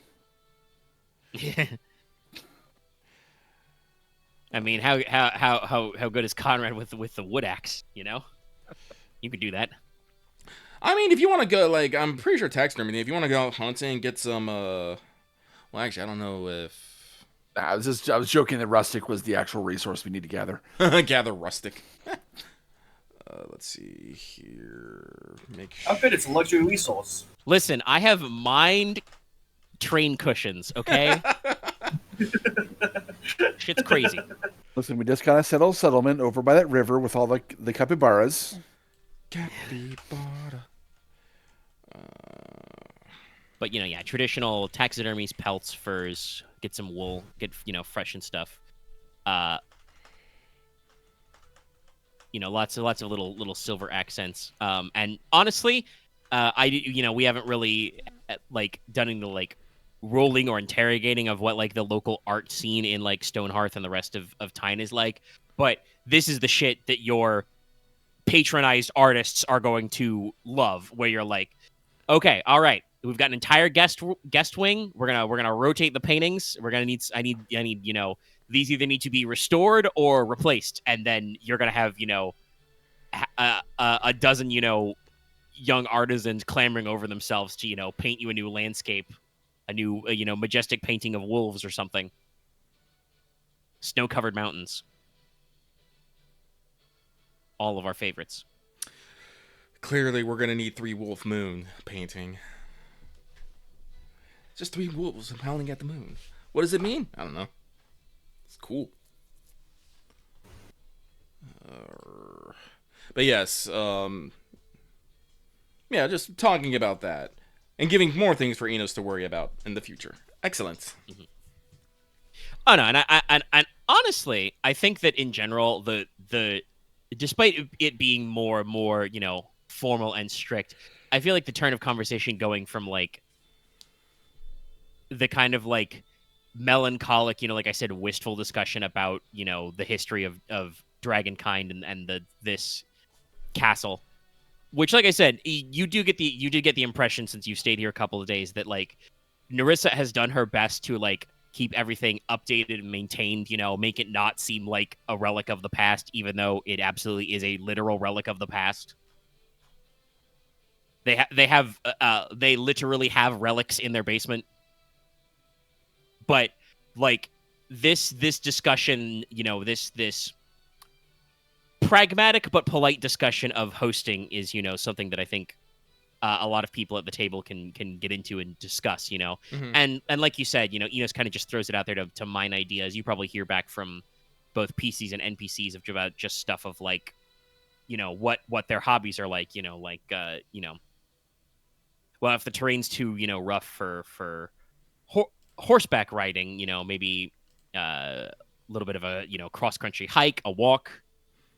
Alias probably, makes the half joking comment about, the physician encouraging his father to walk more. If you have lakes and rivers, there can be boating, fishing. Who doesn't love fishing? Oh, well, actually, yeah, As long summer. as it's not on that cursed river. I'm just thinking about it. Honestly, no. Like during the summer, we probably have some beautiful landscape during the summer. Honestly, Yeah. being on the lake would probably Like I be said, pretty tours, paintings, that sort of Yeah. thing. As long as they don't mind hiking. Little lake. I gotta Do a accept little. You get fancy enough boats. You can hold parties or court on the lakes. If we're Scottish and Irish based, it's got to be some of the most beautiful landscapes ever. Could we hold court? We'd have to probably make a boat for that, like some sort of barge. We can make Yeah, a I don't think barge. you guys would have a culture of like Roman ass party barges, but absolutely that is a thing you can do. Is like make a cool enough boat that a boat I fit for don't a king, think we basically. want to hold. I don't know if we want to hold court on it, but Well, the point is, we're trying to be fancy and impressive so that the king's all like, they're pretty cool, and then we association. could hold an event there. Yeah, well, again, we should probably like write all these ideas and then pitch them to the Marquis and find out what he wants to do specifically. Definitely. I will take a list. Thank you. Easier for me. Track of. Yes, hand me a list of suggestions. We'll put it in the next budgetary meeting. Oh, let's see. And like I said, you guys, Teine is well known for like its metallurgy and its technology. So like mean, any weird mechanical thing. I'm gonna be working on that you can clockwork chess set, and I think you're doing a magic chess set. So we can do a science versus magic thing. I know we're having the technology. We want to do the technology fair. Tell all the young inventors and it's be like, hey, come show off your shit. At least doing like the smaller scale version of this. Yeah. Riot. Imagine here, throw all the ideas at the Marquis. I mean, hey, Actually, do we have a sports ball? Yeah, no, I was just about to bring that up. It would not be. I think you would technically call it football. Right now, we're in the phase where we're like, we haven't yet done the split between rugby and European football, so it's kind of the same sport right now. But you would absolutely like that was like a like Renaissance era England invented the ball of the foot. Let's have a fucking football tournament. Well, we'll put it on the list. Football tournament. Yeah, no, absolutely. Like sports ball is like absolutely a thing. And in fact, that's probably something that will show up later in this tour. Is just if the young gentlemen have a free afternoon, Well, get up a little bit of a ball game. I think we should probably at least get to the first destination. Let's try. Well, sorry, But but the first destination. yeah. Also, we're not even that far in. We're like an hour and a half into the recording. Oh, okay. Sorry, just time.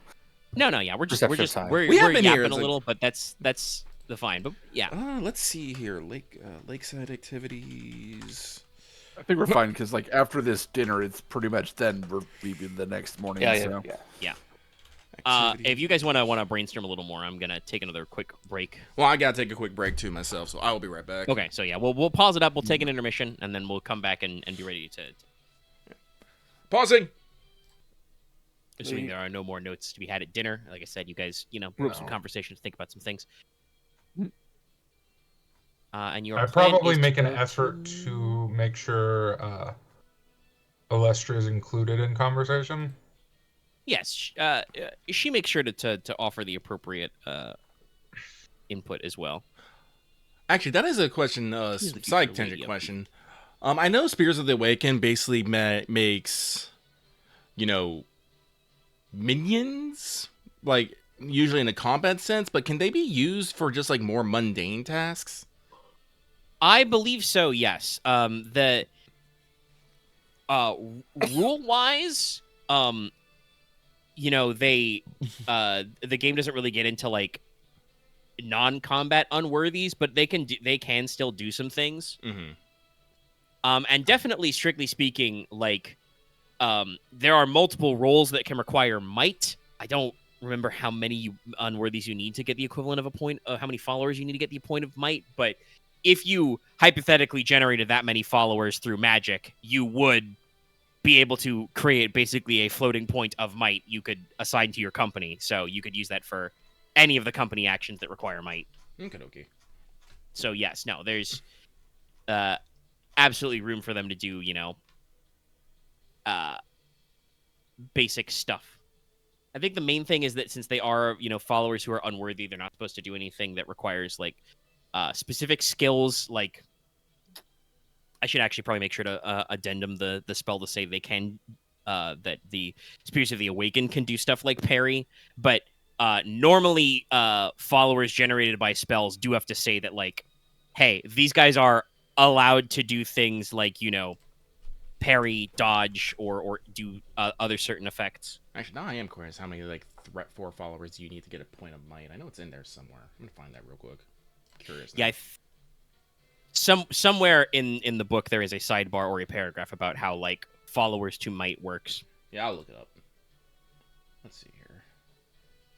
Because there's a decent number of things you can do to basically give yourself temporary might. Might. But yes. So your next target is you're going to Drakesmouth. It's a market town on one of the tributaries of the Heron Surge River, the big river on Crown. Yes. So it will, you're formed ahead of time. It has a royal charter as a market town, because again, this is one of those things that's so funny to dig into a historical setting of, like, your town wasn't legally allowed to have, like, a giant open air market unless you have special permission from the government. That's probably crazy for people to think about with, like, our modern economic stylings. Though I guess, if you're talking about building a business, you need to think about, commercial zoning and stuff. But still, like, just not something people think about. But yeah, no. So they've had a royal charter as a market town for a while. They have what is called a market cross, which is basically they have a big stone pavilion in the middle of their town with, like, benches and stuff as kind of a landmark and a place to attract, people from outlying villages and the like. Since the Festival of the Rising Dragon has just ended, and that's a big, like, economic boom. Literally, I think House Hotroy I gave as company stats, which are kind of like the stats of the entire realm. I did actually give them the one for treasure that is like one season out of the year you get, extra treasure point during a very specific holiday season. So yeah, no, they're real gassed up right now. Gas. So primarily you're using this as a way stop. You're basically going to stop, overnight at this point. But it's about a, with your horse and carriage level, it's probably about, 4-ish hours. So you don't got to leave at the crack of dawn. You can have breakfast in at Weirwind. And everybody can make sure to bundle and pile up. Just because we probably should do that before we go it. Dallas, can you make rolls for the healing checks for both me and We'll do. Loth? Yep. I will call 7 on both of you for my expert dice. Okay. Yep. So that's 3 7s for Konrad, and now for Logesh. I will call 7 again. Do I get anything for with or no? With a healing check, I don't believe so. I believe it's 1 point. Well, 3 9s. So I will double check that right now. 1 point of killing off HCI. So I'm I reading realize it. that- So I did find it. Followers and might. It says if you have the followers advantage at rank 5, that is equivalent to might 1. So if you have so many threat, and there, that should count. But All right, so yeah, that means that you go to the followers advantage in chapter 3 and look at the chart. Anything that counts at the 5-point level would be there. yeah, you would need 10 threat for mooks to count. 15, I forget, is it 15 3, 25 2, 51. Vigor. is it vigor or Vigor. Yeah. thank you. A 5s. Please. I know for a fact the vigor roll is definitely convert 1-to-1. Let me double check Spears of the Awakened here. But let me crack open my book. Yeah, width and threat for followers, and if I get the minimum every time. So if you cast a couple times, you should be able to start building up. Yeah.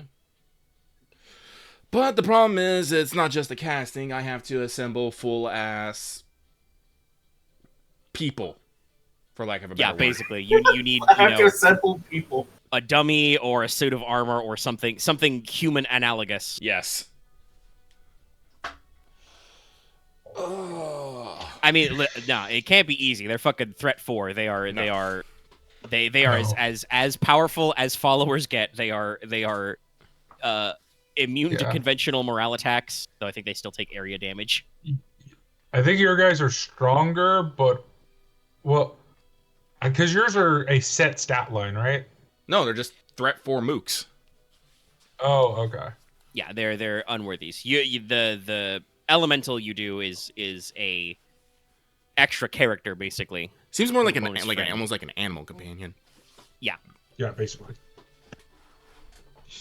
Very similar to the way in summoning casting Find Familiar works.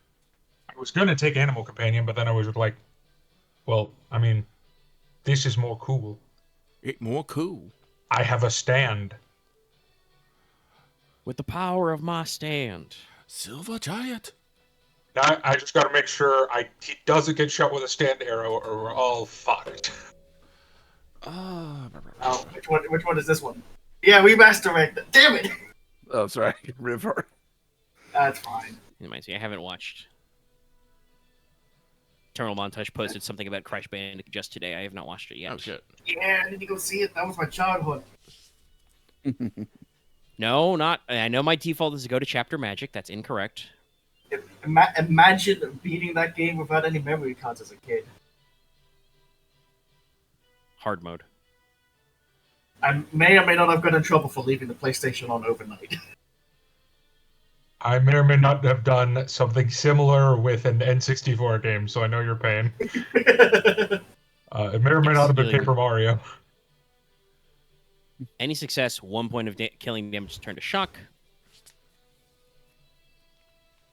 And then after your night's rest, you can roll body plus vigor, and you can remove width and shock. But obviously, because you're only converting 1 to killing at a time, it's only 1. Yeah.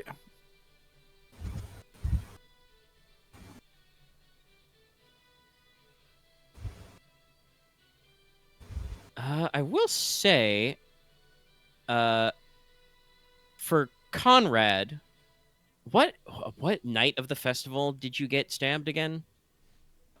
Was it 3 or 4? Or maybe no, it wasn't night 5 because that was the feast. It was before the feast. Yes, that'd be 4. So you had the feast. Then I think you guys spent 3 days in the capital. Yeah. And now you've spent like 2 days out of the capital. So I think you're actually at the point where have you not taken any more damage since you got in that fight? Yeah. I mean, then I think the week has passed, and you can switch 1 more of your killing damage to shock on its own. Okay. and then heal it accordingly. Did That's just me doing my simple math, because that's the natural way you recover killing damage is if a character goes a week without taking any more damage, 1 point of your killing in each limb actually is important to Oh, note. in each limb. Okay, that's good. Yes, each limb turns to shock on itself. So that's actually me going like, actually, I think it's been enough days and you haven't actually taken enough damage. Sadly for Logesh, he was the day after the end of the festival because it was the ice cream social, maybe even 2 days after. So yeah, I've still got time. you've still got like 2 or 3 more days before you start doing that. You will probably heal because of medical attention before that. Well, I just carved off 2 more days of feeling, so. Yeah. Yep. I finally cleared But, all the killing in my chest. Boy, there's a lot in there. You could stab it a couple of times. Yeah. But what I was going to say after that was any conversations or other points of interest on the road. Like I said, you have a shorter trip. You will be traveling mostly through lowland valley roads. So, fairly open terrain. Sun is shining. There's a little bit of morning fog. Inos is a little bit interested in the landscape. He'd ask if like there's like anything like interesting like happened like along the routes, like any like battles, weird things happening, like just something. I don't know. I don't want to ride in silence. Yeah. No, that's fine. Narissa probably takes point to point out a few things. The surrounding terrain, you guys are at the top of the Turnasol Plains, which is kind of the central flatland in Crown. So like I said, you're in transitioning to like river valley terrain. And talks about no great battles have happened on the plains in many years, but there are many of these roads are ancient. Before the Covenant, some of these paths have been cut along the shortest route. Make sure to point out, as you pass them, these plains are still dotted with watchtowers and watch forts. Okay. So yeah, obviously you pass by fields, farms, and so on, and also common ground, for hunting, foraging, and logging. But there are, like you said, a decent number of towers and forts that are manned or unmanned, that are pointed out. If you did want to, ever stop and take a closer look, you could probably pull the tour over and look at some of them. Enos might go like ride off to go investigate one. Like he wouldn't ask anyone to necessarily stop. He'd be like,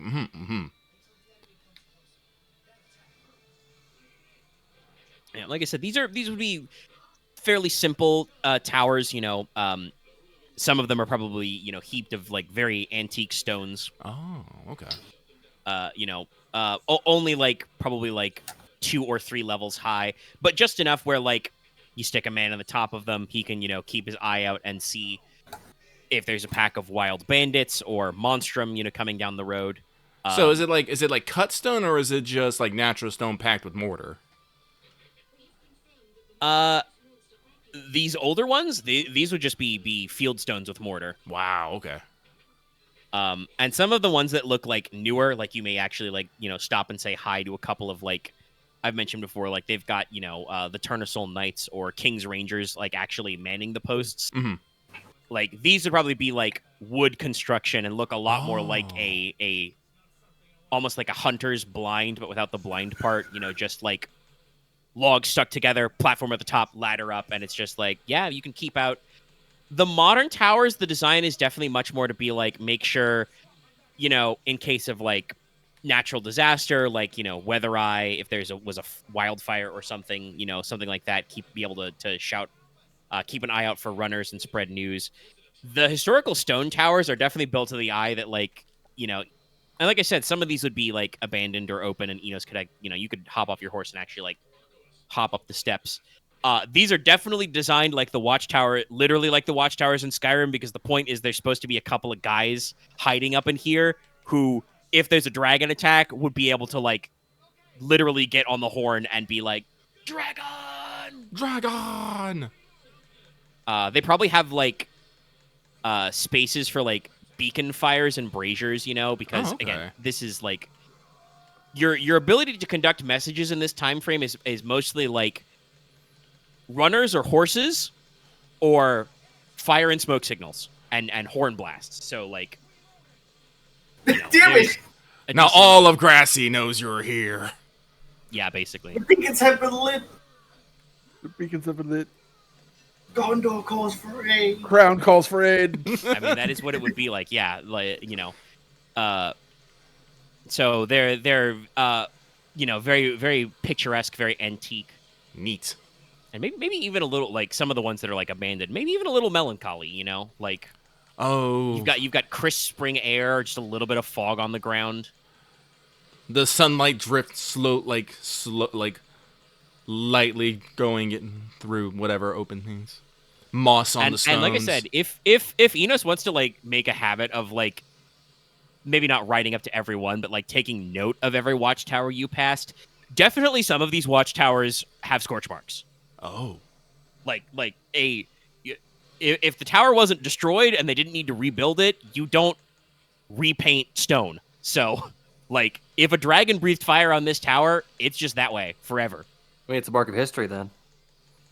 Like, this is, and honestly, like, not just for Inos, but for the rest of you, you guys have this same kind of history just around in Teine, but to you, it's probably very normal to think about, like, oh yeah, that's just, we have the watch fort, and keep an eye out for this, it's built, your watchtowers are built a certain way, probably with, like, sloped and angled roofs so they shed snow in winter kind of a thing.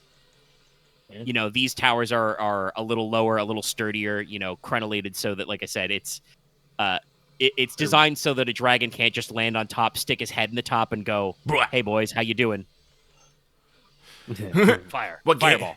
You got any games on your phone? You really don't want the dragon to stick its head in your castle and say, "You got any games on your phone?" But also, like I said, the historical watchtowers are like 100% stone. A not an iota of flammable wood has been used. I don't regret my response to Lucky's joke. Is like, yes, Balatro. What's up? God, you get the That's how you're going to bring the dragons back. You're going to invent Balatro and get them addicted. They're just going to be all... Also, yes, Aren in chat raised a good point I'll mention to the audio. Like, your watchtowers are probably, like, skinny and steep, so that obviously that means humans can't climb them, but also the wargs, bearscarn, and stuff can't climb them either.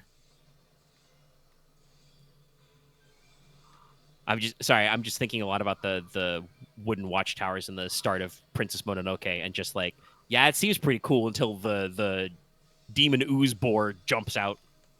And probably have like really small doors at the very base of our towers so that they can't squeeze in there also.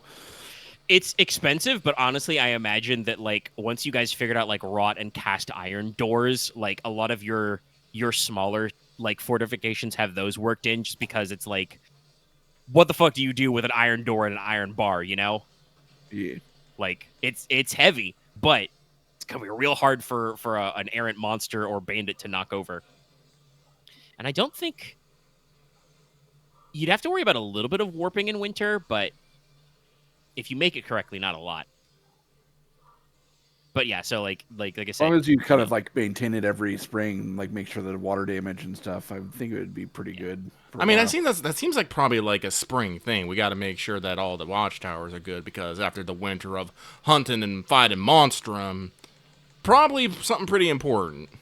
I mean, in general, I think there's a reason why, like, in modern times, you associate spring with, like, spring cleaning, and, there are lots of festivals around the end of the winter where you're, like, like, Setsubun is an end of winter festival to, get the demons out, and it's probably because you've been shut up in your house for, like, 3 months, so...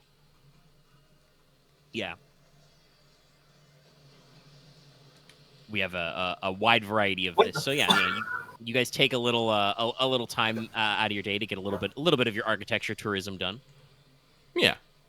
Yeah. And like I said, you'll see a couple of like King's Rangers or knights and constables, like as watchmen, and honestly, those kind of guys would probably like ask you like, how's the weather? Like, hey, how's the road the way checking up on making sure the news network is in place. Yeah, so you have a polite, quiet morning ride. Rad. Konrad probably didn't go with, for everyone. He probably occasionally did, so. Yeah. Just sort of something else to do other than walk along the road. Yeah. Sorry, Inos is just kind of curious. Yeah, it's fine. Well, and that's like out of character, but also a little in character. The whole purpose of this tour is to like, one, you guys get to hang out and bounce ideas off the Crown Prince more, but also like this is the like chance to let you guys like really get out there and start like experiencing cultures that are not Teine. Yeah. We have not done that a lot yet, and it'll be once you guys are going back to Teine, you're probably going to be locked in for a couple of seasons. So We have a list of things. I'm imagining at least until autumn. So like this is a really good opportunity to like let you guys stretch your legs a little, get familiar with some of the different ways people do stuff. Yeah, no, I find this interesting. Yeah, definitely. So like I said, you arrive at Drakesmith. It is a relatively quiet market town. Probably only several hundred people max occupancy. Oh, Like not like a sprawling urban quarter, but definitely it is more than a dozen houses. So it is by market town standards pretty well thriving. There is a like I said, a tributary. There's a section of river that kind of dead ends in a small lake in town. They have a very large market square, and like I said, their market full up. Like they are doing business. You're gonna have a selection of things. Your spring goods are gonna be in spring fruits and vegetables. Your early berries and stuff. Pies and pastries, of course. jams. And, of course, obviously means. Oh yes, no. This would be if you've got berries in, that means it's jamming season because Let's go. you buy and eat them fresh or you turn them into preserves. They're yours, like my I said, friend.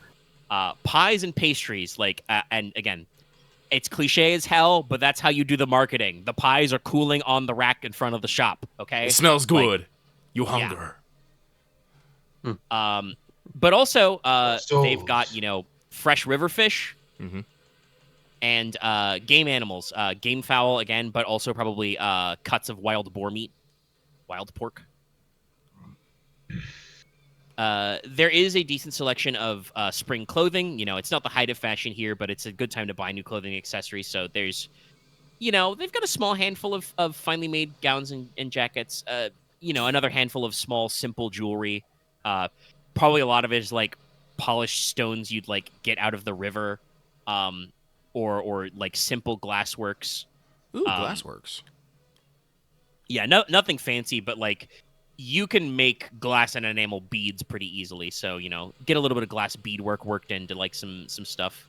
So we're not like going with any like highfalutin jewelry, but we got we still got some shiny stuff up in here. Yeah.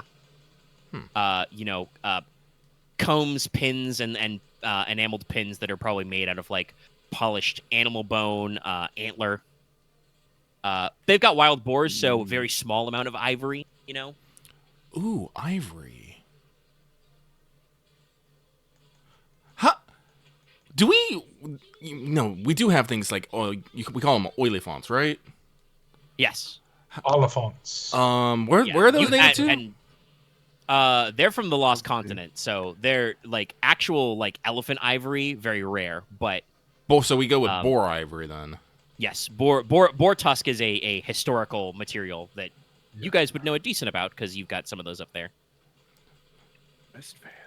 And allegedly, again, none of you living have ever seen a mammoth, but the Mountainkin allegedly used to have hairy oliphants that they would work with before it became just way too impractical to keep them because they required a lot of space, and humans require a lot of space. And you can't really keep them up in the mountains. Do we have any mammoth steps anymore? Or ever? Would it be possible to carve quatrum pieces out of ivory? You think? I don't know how. Yes, that's probably one of the materials they use for it. Yeah, no. Inos will probably hit up the market and try and buy up a fair amount of ivory. Oh yes, you can go to the hunter shop is probably closely related to the butcher shop, but yeah, like I said, they've got your one-stop shop. You can get boar tusk and ivory, get some bones if you need them, get some hides and leathers, and get your meat. All in a row. I'll do that. It won't be And, enough for like I said, Noctiluca's big "Oh my God, what have you made?" gift, but I think I'll make her a Quantrum set. And of course, there are non-seasonal craftspeople, and general artisans. Plenty of pottery because they'll have clay out of the river. There's a local blacksmith or two. There's a couple of local painters, a printer, etc. Let's see. So you guys can have plenty of time if you want to go to market and start buying some things. You will be staying overnight in a classic inn known as the Old Boat Ferry. Because once upon a time, you would stay here to get on the Old Boat Ferry. It is spring high water season, so boating upriver is not practical. You'll be taking the river road instead. Yeah, I think you mentioned that before. Yeah. Which means, by the way, like I said, there's this is it's probably separately named, but I don't want to name every single thing all the time. But there's an actual small, but there is a river off of the big, border river here that is bubbling away. Burbling. Let me actually double check if I make sure I log in FGO before I forget. But yes, the Old Boat Ferry is a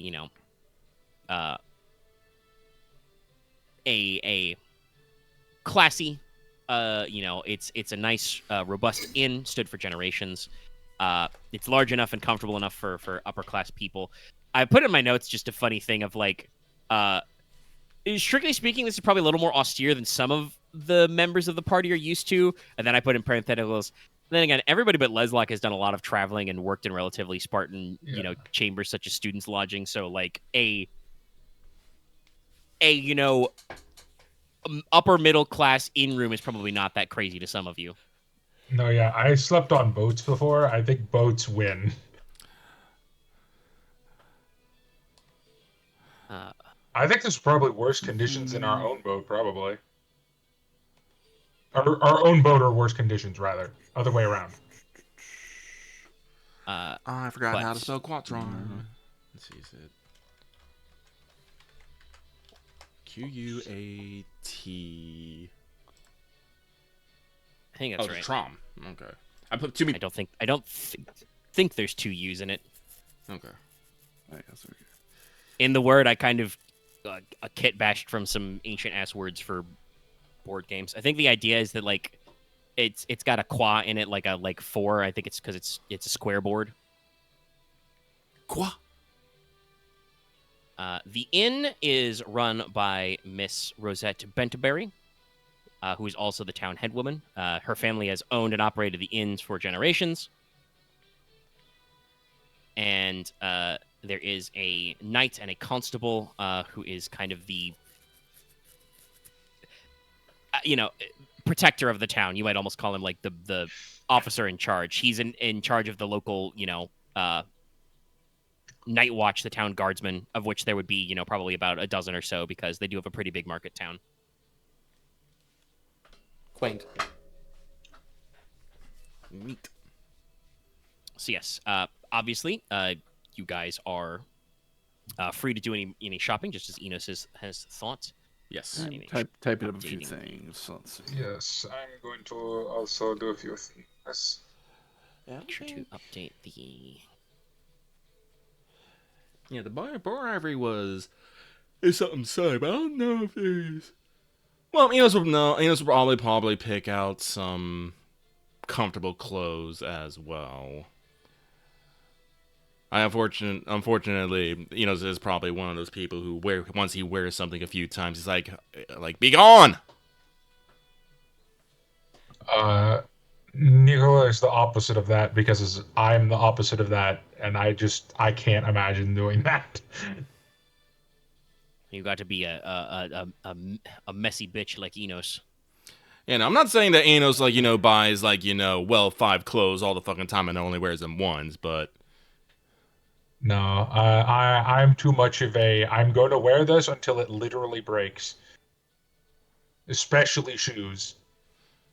For Logesh, there's probably a local apothecary where you can get some healing herbs. Fine wines, probably not, but they do a little bit of river trade, so you might be able to get some, new spring seasonal wines.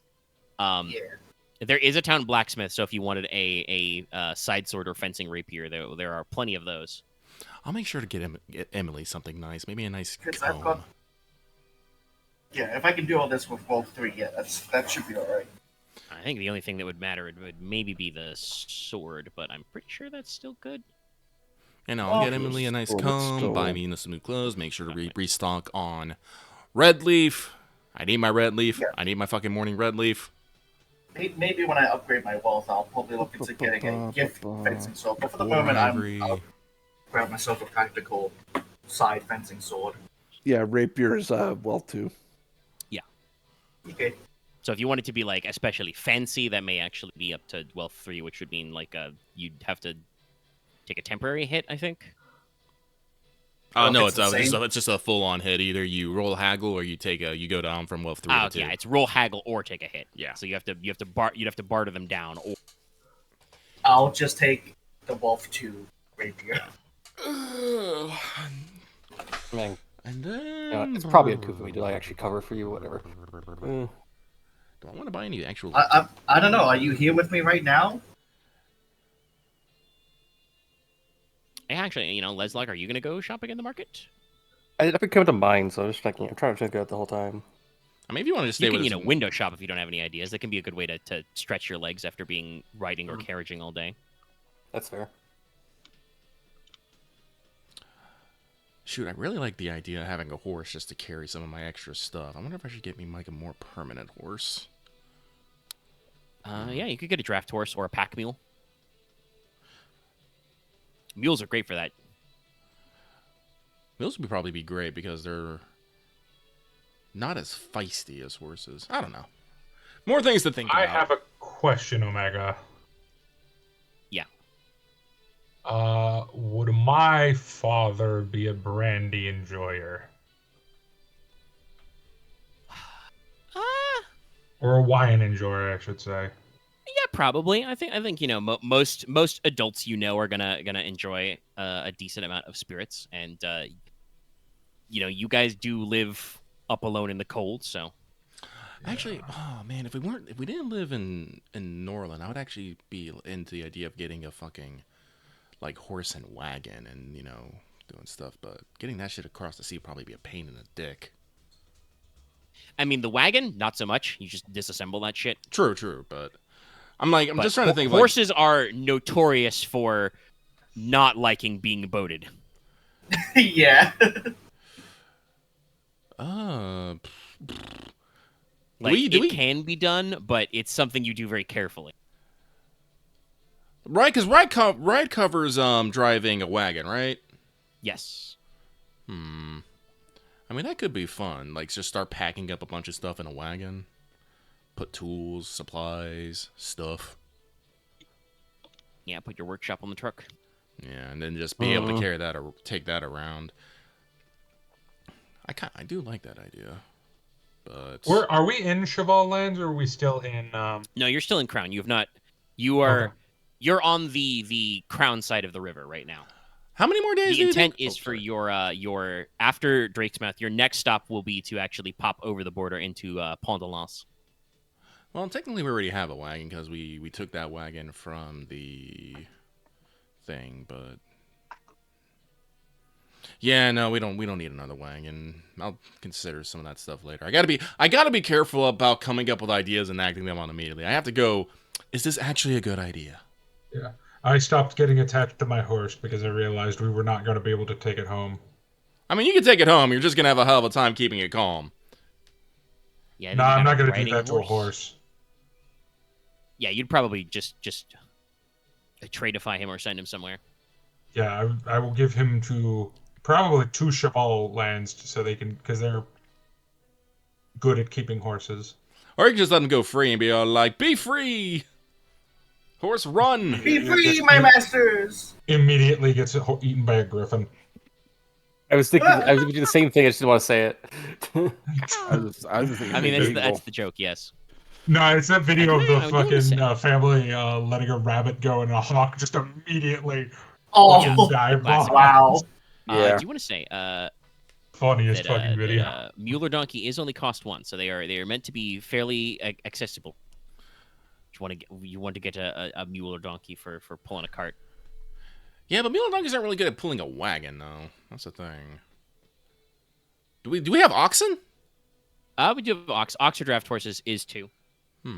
You guys would probably have some draft oxen because they're a little chunkier than a draft horse. Though, like I said, a proper mule can haul a lot. This is one of the probable etymologies of onager, the Roman siege engine. The small catapult is because they would actually onager means donkey, and they would probably have donkeys and mules, bring them along. If I got like 2 mules, that'd probably be good for a wagon. But yeah, I'm pretty sure because it would be wealth 2 that Nicola got what we would count as riding horse. One thing I will say is if you have the money to splash for level 3 and get a war horse will go on a boat. Those guys are trained to no longer give a fuck. But that's a higher quality of horse that has gone through training to be okay with, like, being near people doing things like stabbing each other, shooting guns, etc. honestly, now that I think about it, I'm debating how much I suddenly want to invest in riding because I picked up a point so I could ride. And I'm just like, it probably would be more useful. Actually, is there penalties from shooting from horseback? No, not if you have the red skill. It shouldn't be too bad. Like I said, I would probably make you also make a ride roll unless you are riding a war horse who is trained to not freak out. But yeah, usually it's not the act of shooting that has a penalty when you're riding a horse. It's what happens after you shoot. Yeah. Yeah. A horse goes, there's been a loud explosion right behind my head. I do not like this. The point of a proper set of saddle and stirrups is that if you shoulder that thing, you will be properly braced in horseback.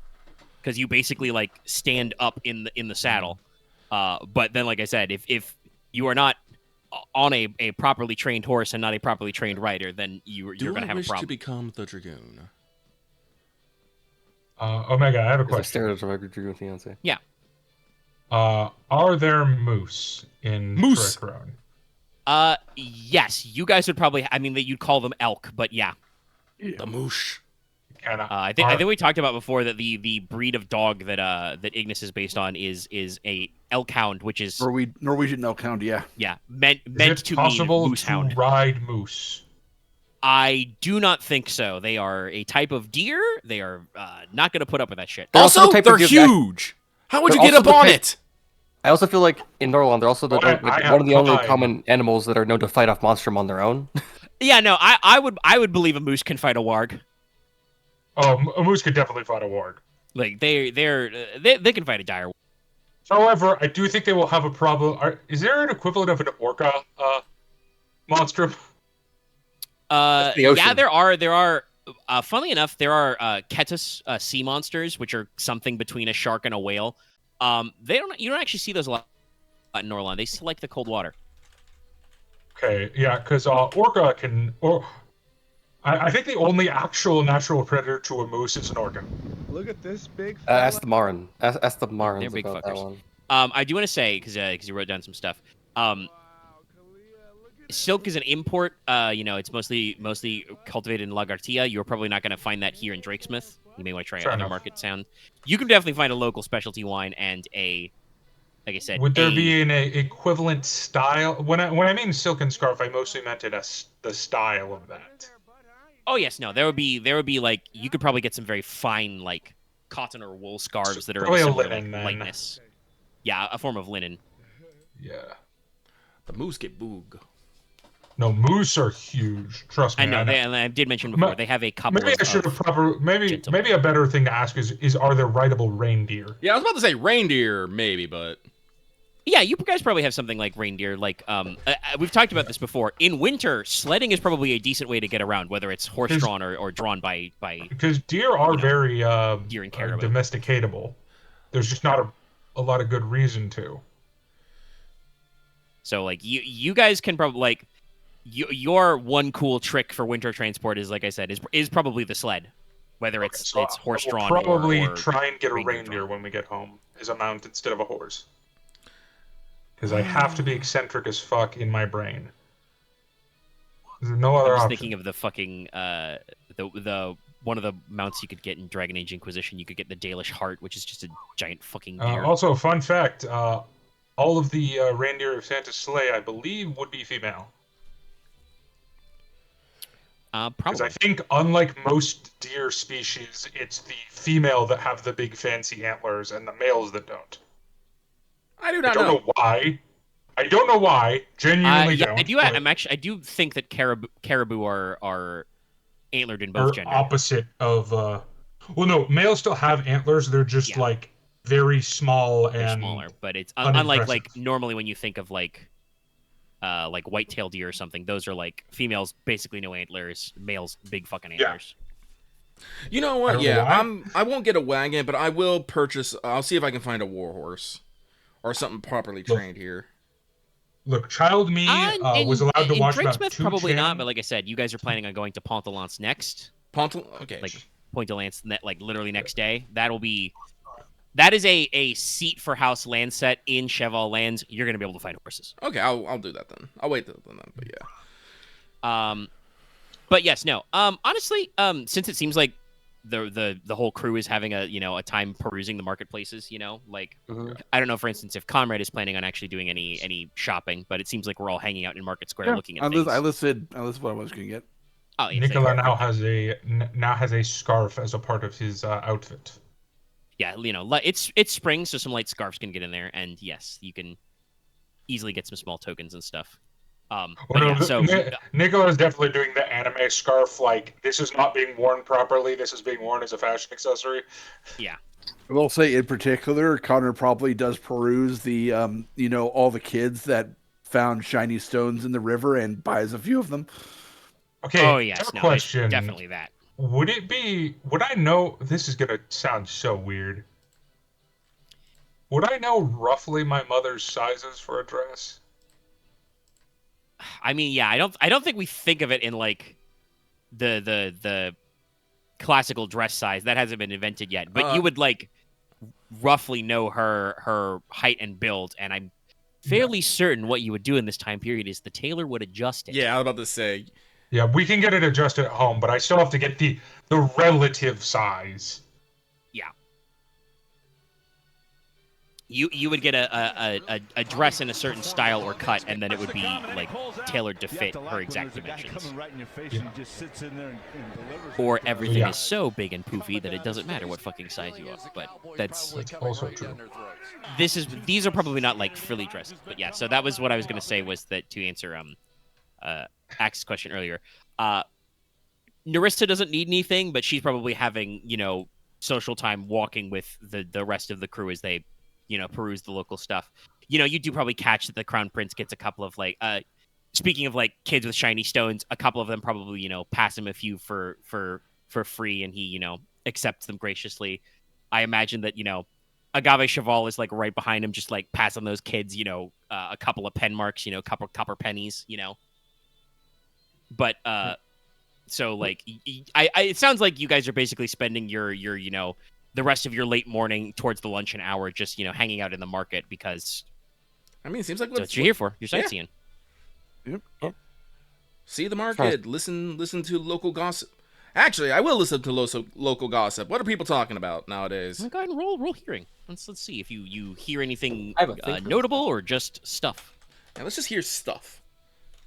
But yeah, go X. What did we gonna say? I just had a thing for this now, but yeah, I was hoping if I guess we could see if a dedicated scene kicks in or not. But because I think for my mission, I would need at least like actual dedicated scenes for spending time with other people. I think. No, there's no particular scene here. If you want to like make a moment, you've got market time, probably some sort of luncheoning,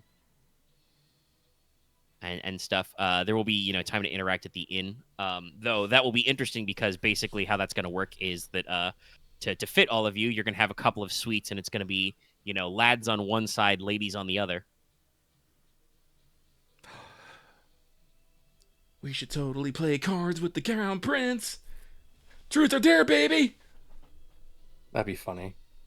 Just cause of the Crown Prince will win. 9s on hearing. Yeah, you keep an ear out. Obviously, while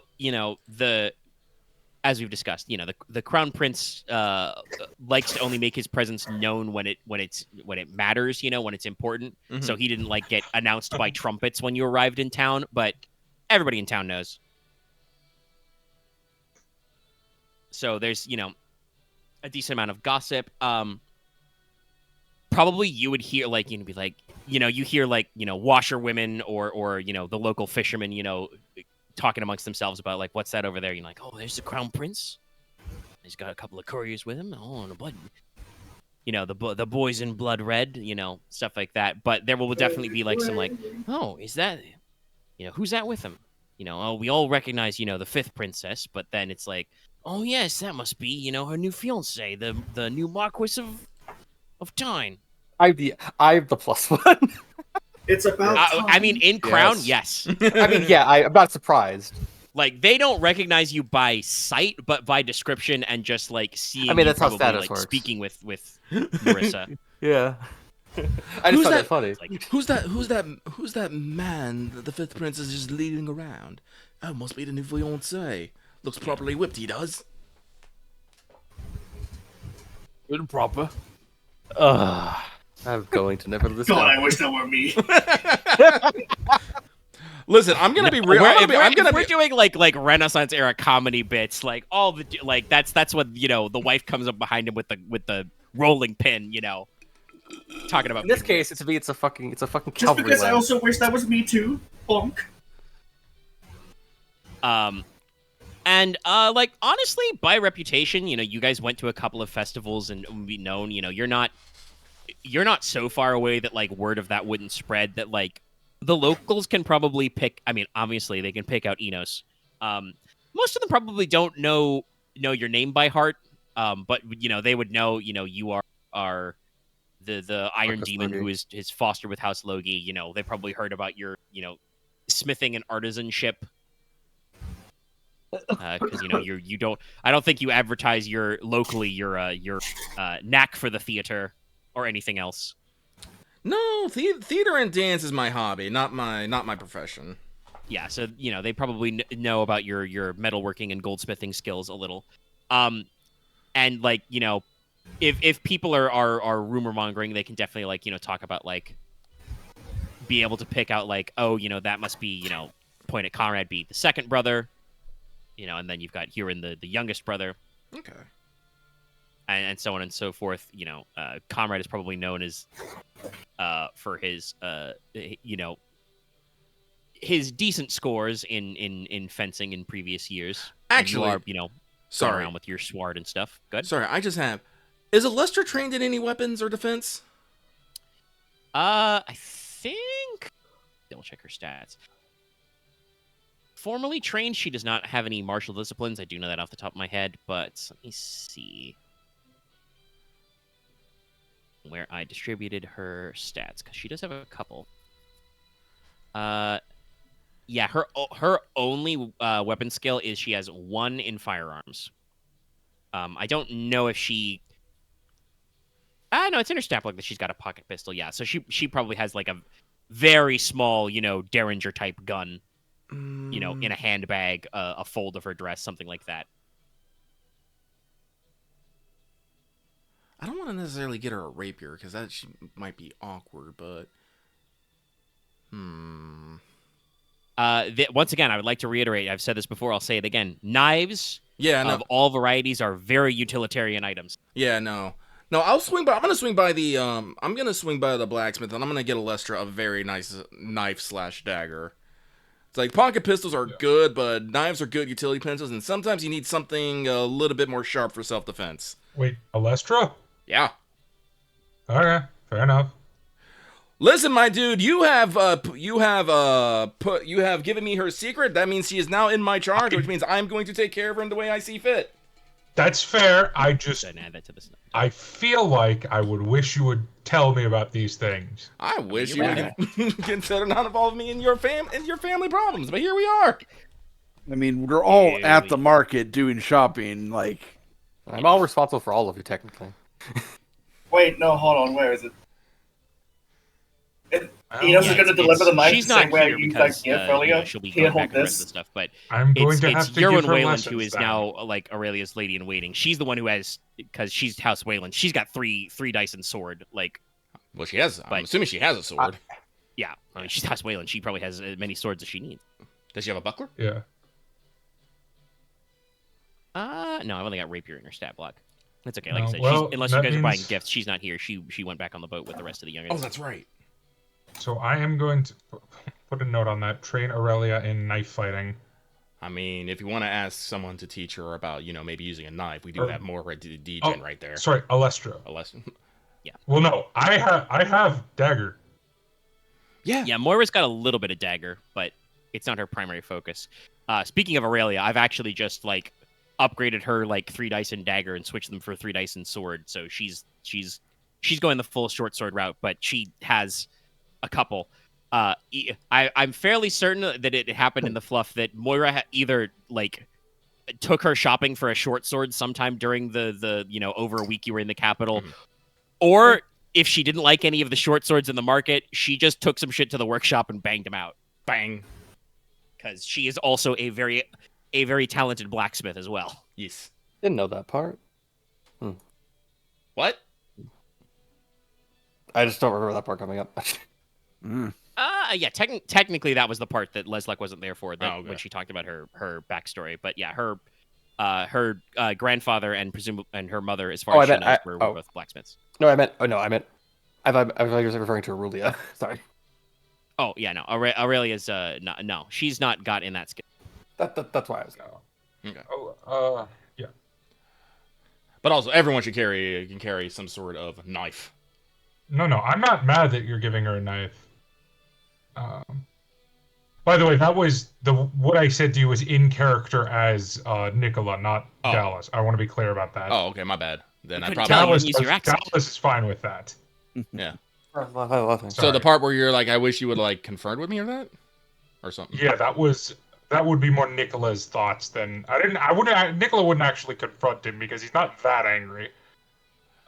He's not even angry. He's mildly annoyed, mostly because he would have wanted to give her a knife himself, but he's just annoyed you thought of it first. Inos would probably say something to that effect. It's like, well, you should have thought of it first, then. Yes.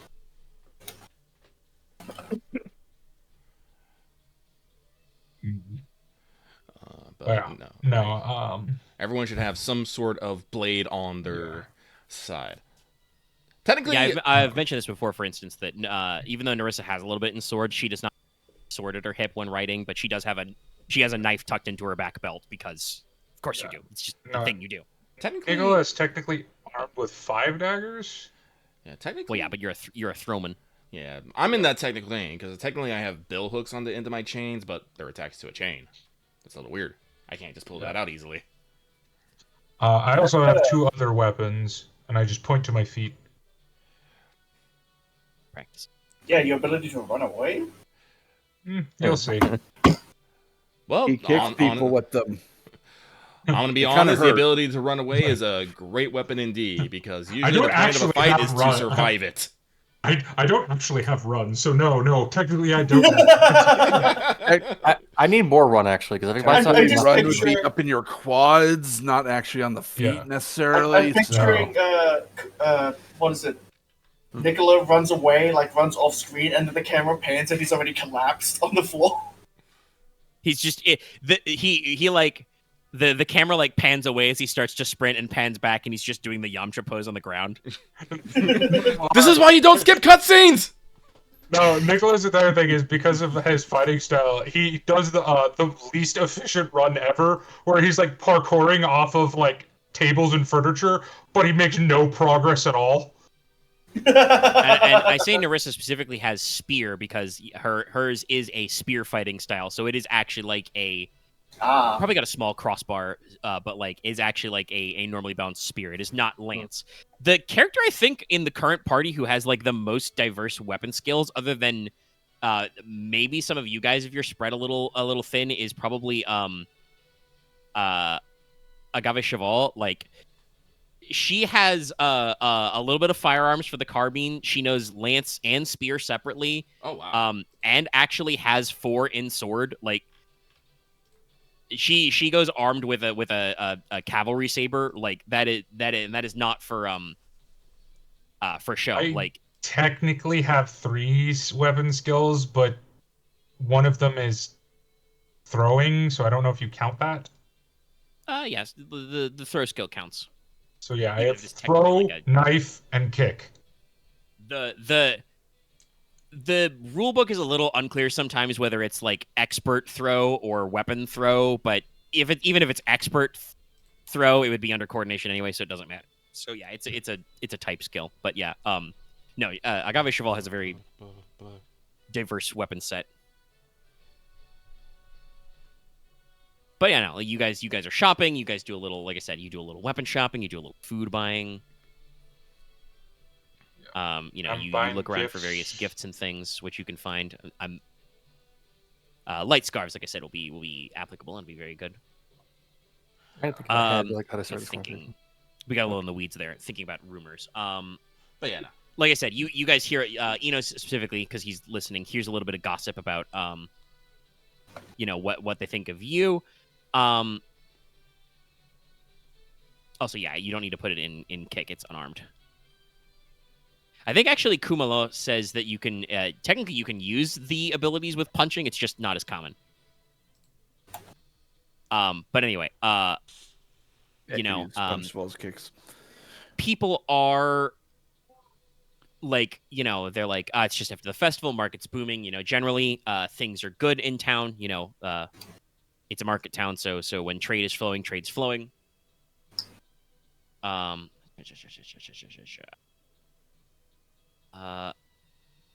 to think, would they have any like? I don't think there's any like real complaints or stuff. Probably what you hear a lot of like talk about Inos is like people being like, because it's like late morning getting onto like time, right? People are probably talking about like, I'm really, I'm so glad that it like didn't, rain today. The river is calm, and we can all be out in the sun when the crown prince is visiting us, because it is springtime. There's off and on, often can be very heavy rains. So people do think about that a little at the, traveling, opening the market, stuff like that. But no, I don't think there's any other like big rumor mongering going on in this town. No, there's no like gossips. double secret, speakeasy tavern, knock twice to get this, etc.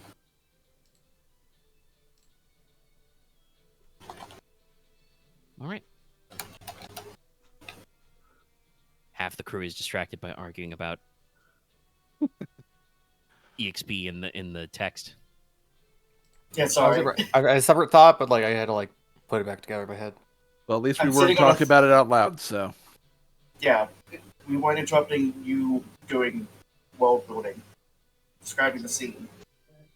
Well, Setting the table. also in this case, active input because Enos did roll a roll. Yep. And I know that, like I said, Axe had some comments for like trying to set up a conversation, but that's gonna require active inputs from. I know. I'm thinking it out right now. Yeah, but that's Oh, it sorry. for me, I suppose. I did my shopping, I did my listening, so. Sorry, slight yawn. I should find me a rad horse. What are we doing? Rad horse, rad Two and a horse, half, rad two and a horse, rad horse. The problem is I have so many things I want to do, but I can't do them yet. That I want to get, but I can't get them yet because we're still in Crown Lands. Actually, I've got a funny idea with Logesh.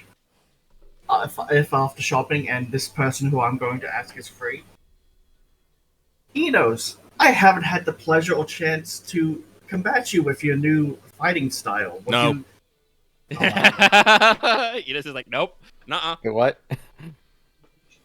I haven't fought a man who swings chains around, so I was like, oh. Inos will the- actually explain he doesn't actually like fighting with his chains because the chains are for. They're really only good for two things, especially with his bill hooks. They're good for capturing and they're good for killing. Okay. And he's gonna be Enos will sound very cold right here, and it's all like, and weapons are for killing. Logesh. Please I no. see. Okay, I'll treat your hooks the same way I view firearms then, in that Yeah. case. I apologize for stepping on a proverbial bear trap. No, it's just Enos. Like ever since Enos was involved in his like own duel, he's a little weirded out by the custom. Oh, it wasn't a duel. I just wanted to see No. how well I could do, but No. Remember, Enos got challenged to a duel like 2 sessions ago. oh, Yeah. right, yeah. Like Yeah. 3 days ago, I think. And that wonderful gentleman who you went, I don't like you, and then went, you know what, maybe you see more, right? Yeah, no. Enos practiced with his chains, but they are something really to either capture someone or kill someone, not necessarily to have a play fight with where you might get injured. No. So If it makes you any feel better, Nicola has very low opinions about the practice of dueling as well. and he finds it a little weird now, like especially now that he's been on the receiving end on such a challenge. He's just like, huh. He can understand practicing to get better at it and challenging another to see who's like better, but just like, hey, let's just have a fucking fight with deadly weapons. Just like, oh, Oh, don't worry. As I'm sure you've heard other people say to me, I've been on the receiving end of a wonderful duel. yeah. So, I get you. It's I think at this point of the mean- conversation, someone somewhere in there, probably out of the NPCs, Agave would have commented of like, looking around the town. Well, if you want a spa, Drakesmith's probably not the best place for that. A duel in the street, sure, but gestures around at the lovely picturesque streets as if implying it would be terrible to mess this up with all the blood and the swords. oh yeah. Why would I do it out here in the streets? That's just barbaric. That's what I'm saying. But there's a sizable castle keep in Pont-à-Lens for any training, sparring, etc. So you're volunteering then? She kind of arches an eyebrow and she kind of folds her arm and says, "You might find that a little more challenging than you'd think." Oh no, I know I'm probably gonna lose. Enos is just beside you right now, just kind of vibrating as if I wish to inflict violence upon you. She kind of folds her arm and says, So I Logesh, know. your chest wound is healed then? Where's It's my so cool. brandy? Let's go one killing. Again, a spa with wooden weapons. Let me practice weapons. Oh, that's fine. Saber. Oh gosh, if you're going to fight on your honor as my Cavalier, you better not lose. This isn't a duel. This is a friendly spa. For fuck's sake. Yeah, I think y'all are getting way too hyped about this. But sparring's fun. Yeah, I'm just no, trying to it's get fine. back into the swing of things. Do you know I how was- many times I lost to what's his name? And I was going to suggest we do some sparring after lunch, but I guess I'll wait till we Oh, get God, to what- the next location. What's his name? Well, we could probably clear some tables in the inn. Mr. but Honeybear. also What some is his food. name? Matthias? Matthias? Yeah. How many times have I lost to Matthias?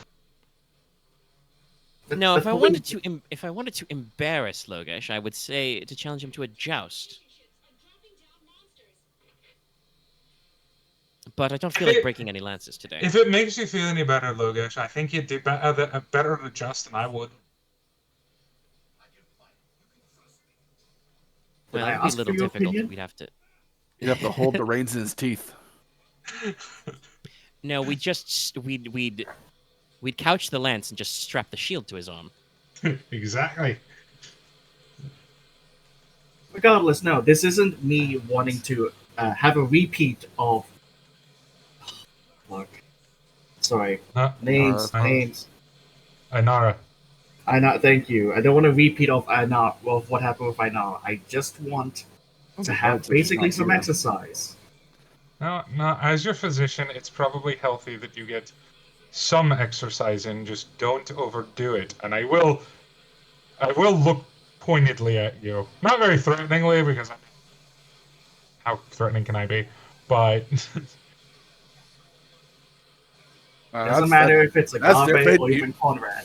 That's different. Usually that's kids focused on me. yes, well, you've been very good for this trip. I've been in my books for the last few days. I feel like doing something. Yeah, well, I I still got understand. these, and right in front of Nicola, he like starts kind of poking at his bandages and like picking at them. No, what are you doing? No, It's almost healed. Don't channel worry. the brandy. Channel the brandy. You just open a bottle and start sniffing it. You don't drink it. You're just like, Teine. No, I just picture it in my mind. Visualization training. But Enos has walked away already. Yeah, Enos has probably just walked away. He's like, fuck No, this. after Enos realized that Agave Cheval was gonna kill Logesh in the streets. Not that she would, but you know. Sometimes I think you guys hype her up in your mind a little, but Enos is just like, No. I don't want to be here anymore. Yeah. Well, no, it's She just the is thing that the only last like- time that this guy decided to do it, someone accidentally got stabbed in the chest. Well, Point of order, not accidental, very intentionally stabbed. Very intentionally. True enough. I would hope. Just because Maybe it's she wooden didn't weapon plan does on not stabbing him that just bad, because it's but- wooden weapon does not Well- mean you may not get injured. Well, no, it's not wooden weapons that. I want to phrase this so I'm not being too insulting. I trust Inaris, or I trust Agave Cheval to keep a more cool head than Inara Espada. More than anything. Oh yeah, she'll probably hold back and still kick my ass. Yeah, she won't Konrad walks like- over and puts his arm around Nicola's shoulders after he says that. Just really casually. But yes, Enos has left this scene. He is no longer here. Yes, Okay. He cannot be around these battle maniacs. This would, I think, be a good lead in for what Leslok wanted to bring. yeah, I'm trying to figure out how to word it, but like I want to do it. It's like This has gone from Logesh asking Enos something to, oh, okay, I guess everyone's in here now. Oh, okay, I guess Enos is Well, you had your back and forth, but it's Yeah. not like you guys are super spread out. Enos probably hasn't like super left, but he is not part of the group conversation. He has probably moved to like a stall over or Yeah. something. you should want to do something else. And that's Or fine. return to the end or After, something. after that explanation from Enos, Logesh will not bother him about this stuff. Because, yeah, no, like, oh, hey, my weapon's up for killing. It's like, okay, cool. I'm going to be honest. I thought you were going to ask him for another conversation about the passion. I think No, I think we're good on the passion conversation. Yeah, The last we conversation good. went pretty well. I've shown my passion. I have the Yes, you have wounds to show shown for your it. passion. For sure. Yeah, no. And Now I've been it's crucified just, for it. This is my passion of the... No, I can't. Jeez. The low game. I couldn't keep a straight face, I'm sorry. Okay. I make a dumb question. Dumb answer? How high have I seen Ursa jump before? Oh, I mean, actually, hold on. I gotta remember the shit. Where is it? I thought There's you a said part- Ohio. There's a part in the We jumped over Ohio.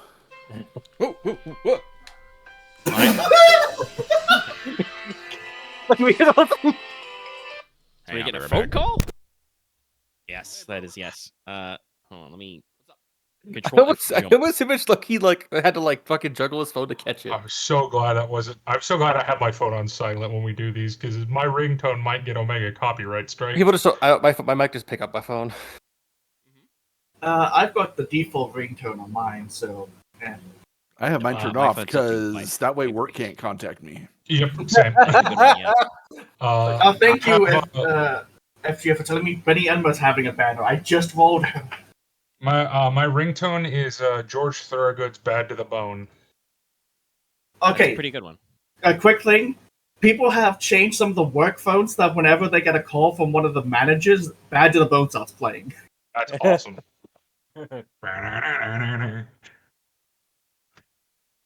Right, it's at least 15 feet to like probably around like 20 to 30.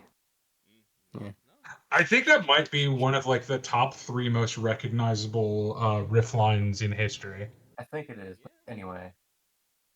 That probably "We Will Rock You." I could have sworn there was a fucking cyber or Probably paragraph Smoke on somewhere the that like Water. actually discussed like how far you're expected to be able to jump. I mean, I was looking at Dragon's Dance. I think it depends if she has like a special thing for it. She does. Oh, fair enough. Yeah, she's got Oh, some yeah, on see there, here. but like I If you thought ever heard there this, was it's a Gold Tools, being able to jump 15 plus 5 feet, X the width of your athletic set. That can't be right. Nope, yep, it is. It's the Dragoon thing. Well, Oh, yeah, no, for her that's it's the that special way. thing. Yeah. Yeah. No, you can maybe That's jump with her 5 using feet. a spear as a lever. You can Yeah. maybe jump 5 feet. Like maybe. I think the like distance you're expected with a running jump, I think is like probably like your It's probably your athletic score. I'm asking of like her with the spear because that's kind of the point of the thing I was going to ask. Because I'm going to also ask about Konrad's whole thing is he can wield I a mean, I sword. don't I think think heavier than a man. I don't think you've actually like seen her use the pole vault. Yeah. I'll put it this way. The What, heavier than a man? Probably wielded something heavier than a man if you tried. 25 feet No. is the record for human beings. Okay. So Yes, like I said, maybe the- 10 Good thing feet we're at not most. human beings. No. The running jump like probably is like the distance you can running jump in this game is probably like 10 like, meters or not equal 10 to meters, your 10 feet. probably equal like feet probably equal to like your athletics plus your body, which would be at most if you were 6 and 6, 12. Yeah, I would say so because like Which is I said, the fairly good. world record running jump is 29 feet 2 inches.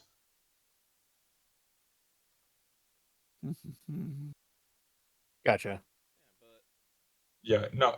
People who play RPG games, or video games have a tendency of not realizing how long 5 feet is. It's weird. It's It's pretty also reasonable. because it's like it's also not really portrayed on either end of the argument that well. But Oh no, 5 feet is a long way to jump. oh shit, Lucky. Restrained pin. Oh. Standpoint. Oh, Oh no!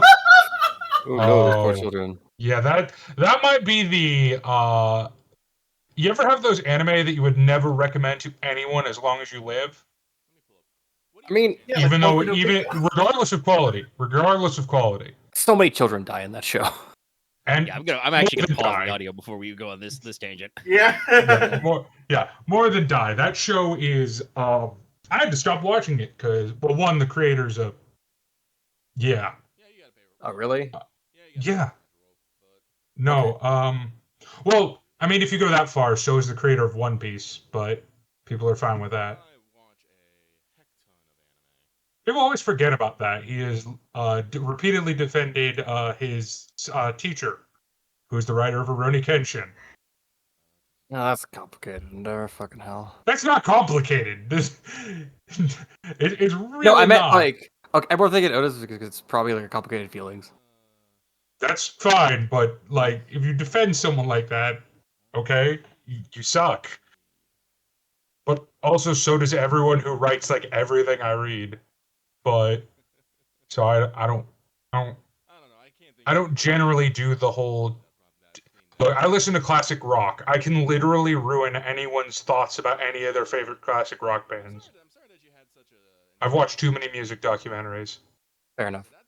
of like this guy's a domestic abuser, and that's the better end of the spectrum. Fair enough. But Aren? Huh?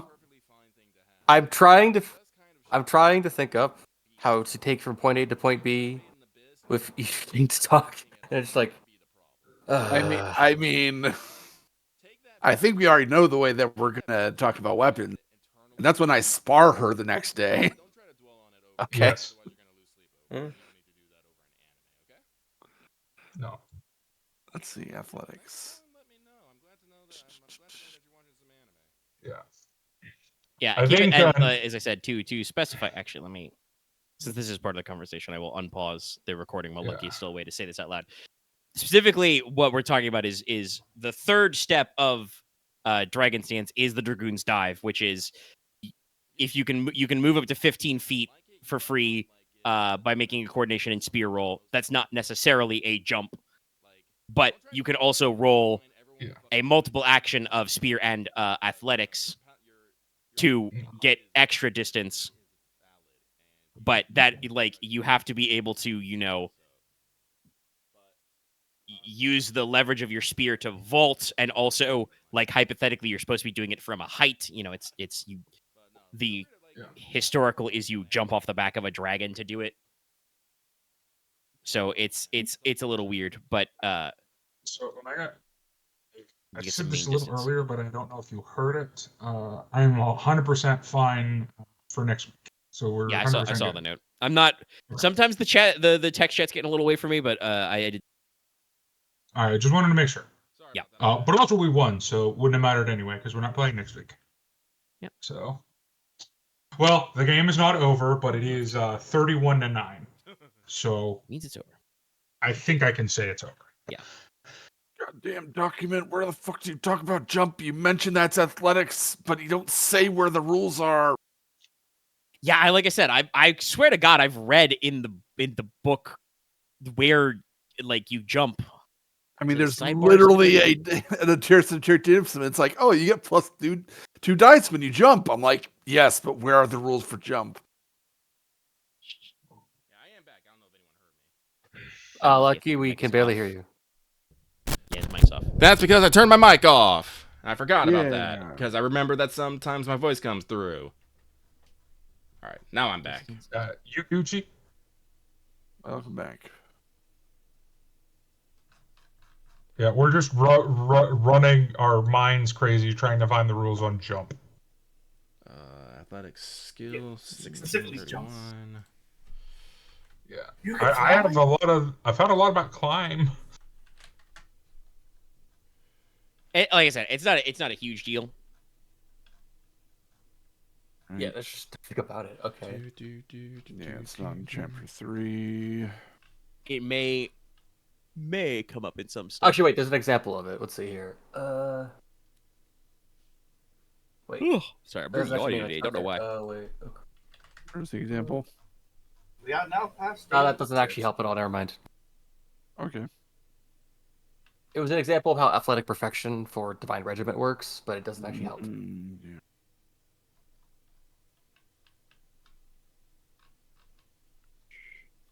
Anyways, everyone's back. Yeah. But yes, okay. It's in chasing. So, from what I understand, I'm reading at this, and I think a jump is one of those common sense things because I think it's it says here in the skills section. Some of the high athletics pools should be able to perform some impressive feats even without a roll if the GM is generous. Otherwise, a straight static contest roll is sufficient for ordinary tasks. If you roll a match, you did it. If you're in a competition with another character, you engage in a dynamic contest, as described on page 9. Other than that, the GM is encouraged to adjudicate the skill with common sense.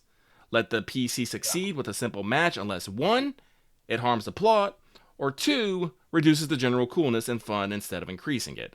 So I think jump doesn't have a specific table. I think you're supposed to say, hey, I want to jump across, this gap, and the GM's supposed to go, okay, how hard would that actually be? And then just go, all right, you can either do it with a simple match or you need a difficulty and stuff like that. In that case, my rule of thumb of, like, your, like, maximum running jump distance is probably body plus athletics pool, which means the most ever is, like, 12 feet. is probably about right. Yeah. Oh god, my running jump shit. Yeah, no, because I'm I just wouldn't like, expect you to have a good long jump. Long jumping is hard.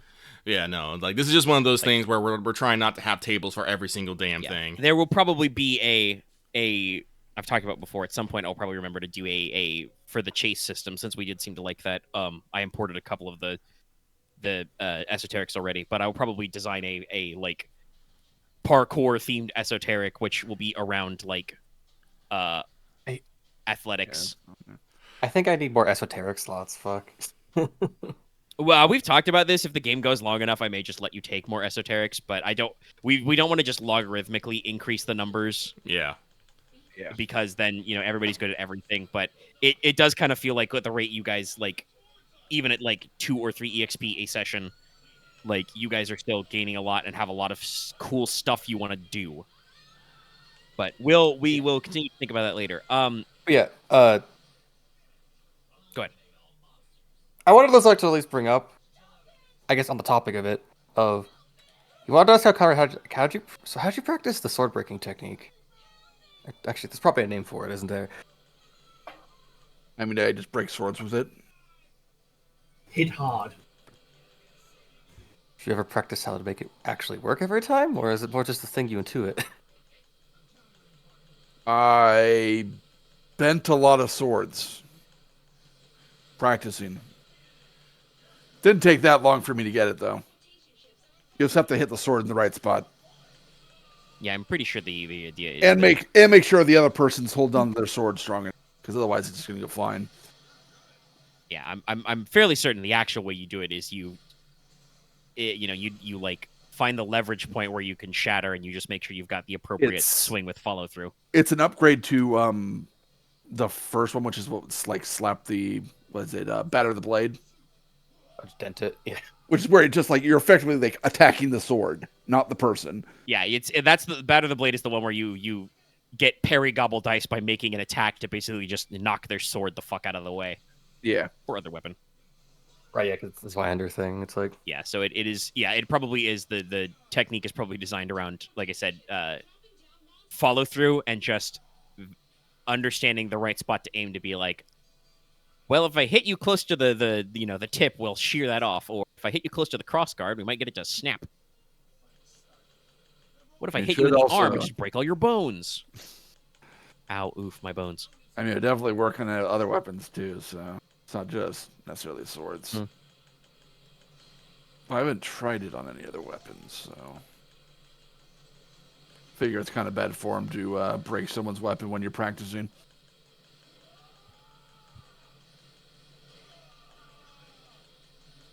Honestly, I've actually asked. Risitor, how long did it take you actually to perfect the jump? Oh, it's years. You start training when you're young. Not everyone can do a proper dive. High jumping's simple. It's just, she's probably not carrying her spear with her, so she makes, like a pole vaulting gesture. It's just leverage, but the actual diving part is a lot of practice.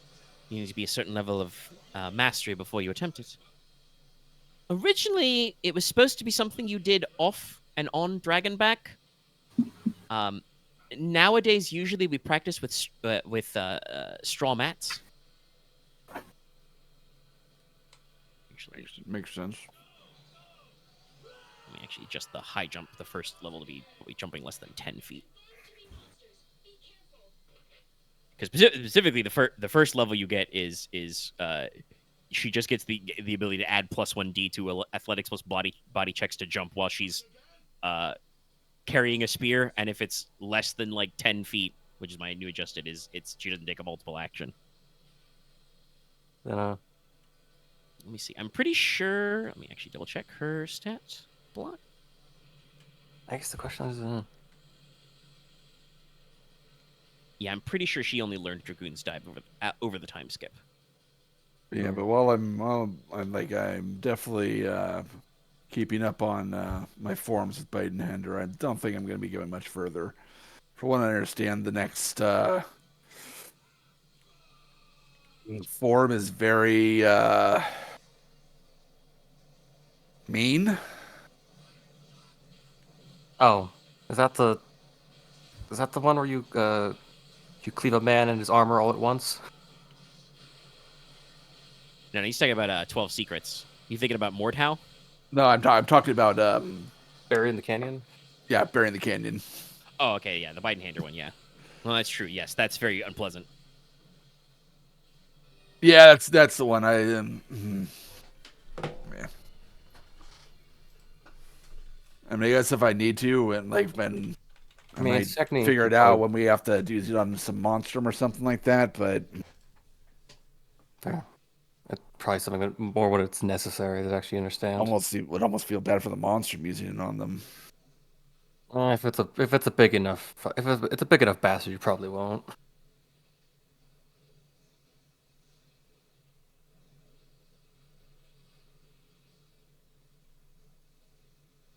Yes, the more advanced technique that I need to work towards is called Fang and Claw. It's very tricky. You basically use your whole body in the dive. I'm pretty coordinated, but I probably need to practice my... Shoots a wink at Leslok, my ballroom dancing. I almost feel like Leslok instinctively just looks away. Oh, you get a little blush. Oh, that's cute. What a little schoolboy you are. I have no more dance anymore. I have no dance. She's not literally talking about dancing. She's talking about, the it says the Fang and Claw technique is performs their attacks while wheeling with body and spear. Oh yeah, fair. It is a spiraling motion. It is a spiral technique. Like you turn a pole vault into like a kick flip. Yeah. No, some of the ranked 5th ones are crazy. Like the fighting style I've got, the 5th rank I think is you basically just turn into Liu Kang. Yeah, the spider kick. Reverse is just funny You to just me. lean back, and the idea is you plant a foot in their belly and then walk up their torso. Yeah. So yes, it is. Fucking It's called bicycle spider kick, but it is the Liu Kang bicycle kick. It's just the bike kick. I think Which it's is like possible. I got the Lightning Shear's lightning cut where it's literally just the draw sword, cut man in half, sleeve sword. Yeah. There's a lot of fun ones. I mean, You're just doing this to a person. I joked about it because that's also mean, but it's a very funny one. The higher levels of 12 Secrets. Fool's Guard is cute, but like Mordhau's very funny. To just flip your sword around and use it as a warhammer. I mean that it is a technique how you get poop plate. So yeah. But yeah, Konrad will continue to have a friendly conversation about martial techniques with Nerissa. Yeah. Since I'm pretty sure that is what Leslok was looking for. So yeah, no, Trying. and it's probably pretty interesting because like we've talked about this before, but the role of a Zweihander, a long swordsman, is effectively a polearm. Like you don't have as much reach as a spear, but you have more control because it's a sword. You have more surface area to work with, so that's probably a interesting point of discussion. And honestly, what probably comes out of this is Nerissa probably says that she probably needs to practice with fencing, rapier, or saber more. As mentioned before, she only has 1 point in sword, the normal amount that basically every noble has been drilled into. Like, all right, you're probably going to be carrying a sword because you're allowed to. You hold it at this end, you stick them with this end. You only stick them this far.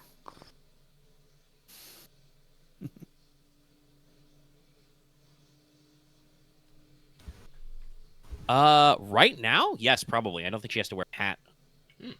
You're not writing anymore. She tries to make sure to wear the pin in public, basically, whenever she can. Nice.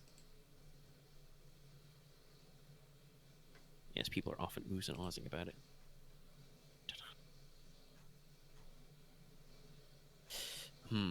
Actually, I have we got a little more scenes because I do probably want to. You talk about playing cards. I have a couple of cute things for the night, but I'm looking at. We're almost at 3 hours. We'll squish this down a little because we had some weird idle time there. But I think we'll probably knock off if you guys go to bed in Drakesmith because I don't think we've got enough time to get through everything in Pontalas. I guess think we it'd can be just. better to start with the morning.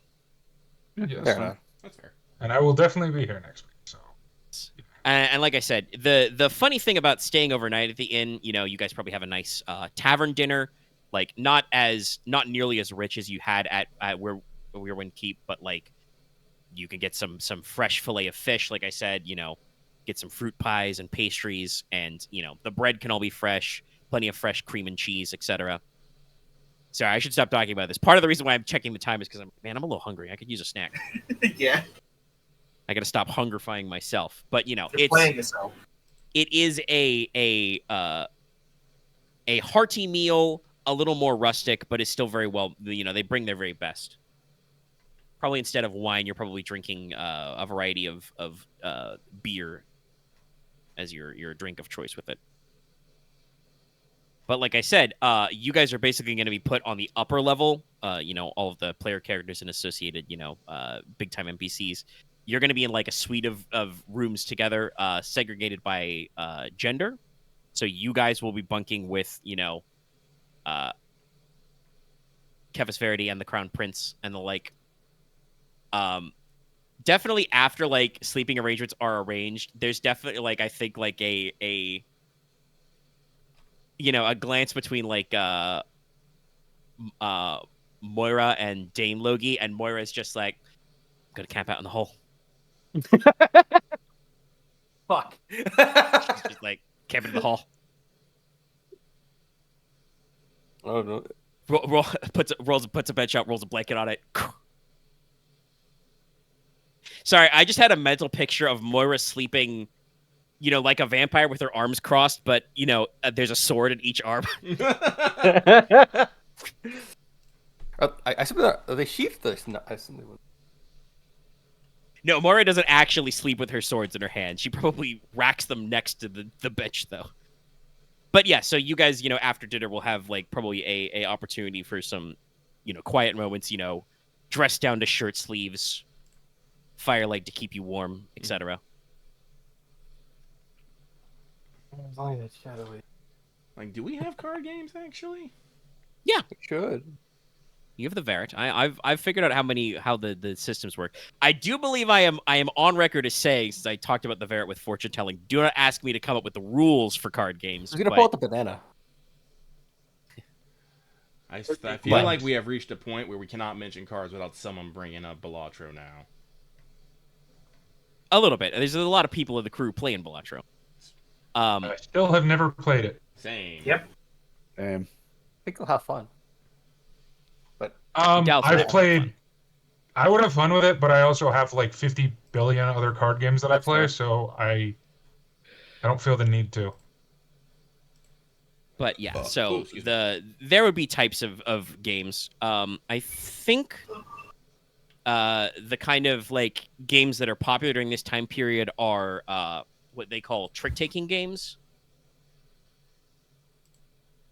What kind of games? Trick taking? Yes. That's term I just can Trick place it. taking. So basically, like you play cards to the center, and then when you play the correct hand, you take the whole thing as your points, basically. So like Snap? yeah, I think Snap is an example.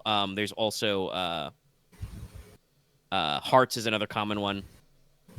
I've Whist. done hearts, yeah. Yeah, I was about to say that sounds like Whist and Bridge, but okay. Pinnacle. Such as Pinocchio, the Tarot family. All right. But yeah, no, we're gonna get up in a room and we're gonna have Enos will invite everyone to a friendly game of cards, and then he'll immediately try to make it interesting by betting by making people expose secrets if they lose or something. I don't know. You must tell me something embarrassing if you have the lowest scoring hand.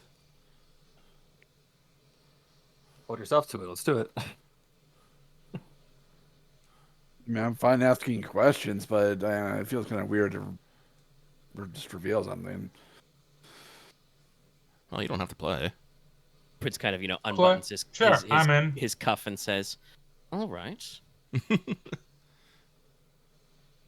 What about you, Verity? You want in on this? Kevis just, produces a deck from his pocket and shuffles it. My people invented the vat. Yes, so you keep saying. Do you bet as good as you shuffle? That's the thing to find out. I'm gonna get this, aren't I? You won't know until you do. And Konrad will play.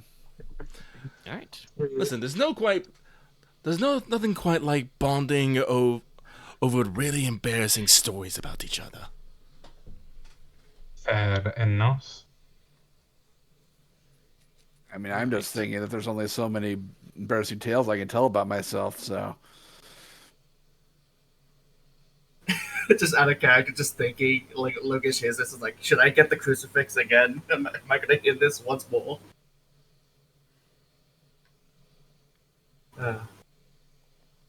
No. So what's the role? What's the role to play card games here? I mean, in this It'd case, be this is something mostly luck just- based. Yeah, this is mostly just chance. I think everybody just rolls a d10 and we see who's got the highest. Well, if we're basing it off of like what kind of a card game is it? Is it like poker or blackjack? Neither. Or, I'm saying the rate of skill to. I think the closest thing would be fucking Uno. Oh, then absolutely no skill. So yeah, 100%. Yeah, because it's all like sweet matching and stuff like that. Yeah, things like bridge and whist is like, it is in a sense a game of skill in that you need to know how to use the rules to play, but a lot of it just has to do with like, do you have the right hand at the right time? So it's on the blackjack side of things where it's like there's a tiny bit of skill, but it's 90% luck. It's about or weighing counting the cards odds, if you do yeah. the illegal things. I would say that blackjack is actually like a bell curve of like, it's either requires a lot of skill or no skill. But also, I'm not actually expecting anyone to tell embarrassing stories. It's just something that we can bond Oh, over if I and lose, I giggle definitely will. and giggle about tomorrow. Yeah. Yeah, like If I we said, lose- I would if I say make lose, sure I to definitely roll, What are we rolling though? Just a D10. yeah, just roll a d10 and see what you do. Hey, an 8. 5. Very So 7. we want high or Kefis as low? well? Whoa. High. Whoa. Kept it fun. Wow, Kefis is cooking you. I'll purposely say Oh, okay. I expected lower. it didn't do a thing. Wait. You didn't do roll, but you did do dice, which is not correct. I did dice oops. Oh. Did someone lose with a 5? No, it was the prince with 3. Omega. Prince 1 of 3! Oh, no. Yeah, someone gave him the draw. I'm gonna make Kefis an gave him the draw argument fours. I'm going to make an argument here. I should 100% lose. No, we're relying on fucking luck here, my dude.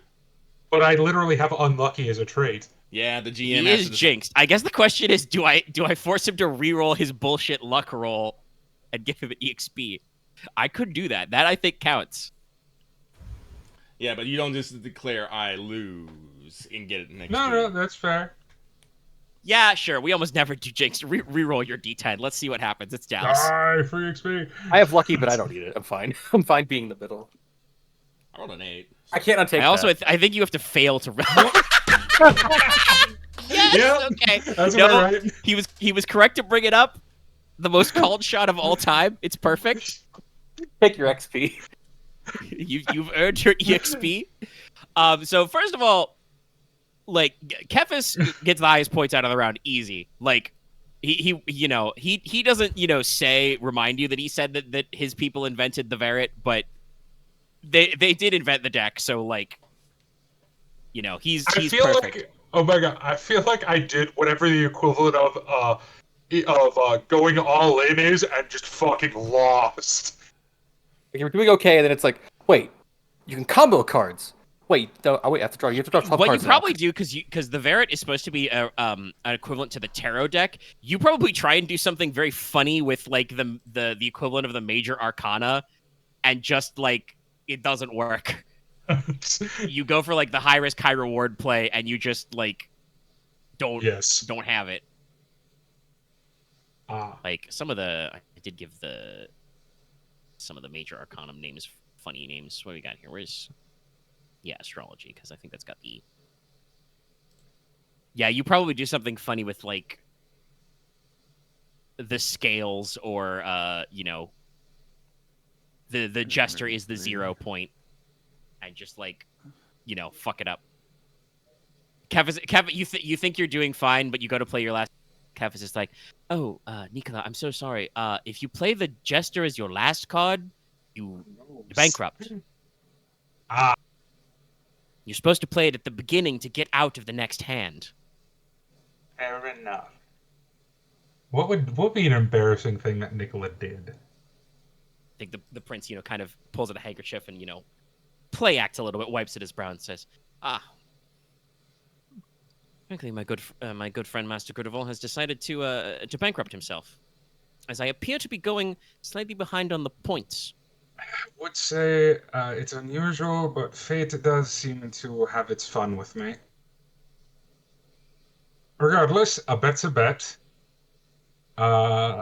Nicola would probably go into a story. We do not actually have to explain the embarrassing stories. Okay. I imagine we don't actually play just one game. I'd like to imagine that this is just kind of our games. No, like I said, after you clean out a couple, the prince is not doing well, but he seems to be enjoying himself a little bit.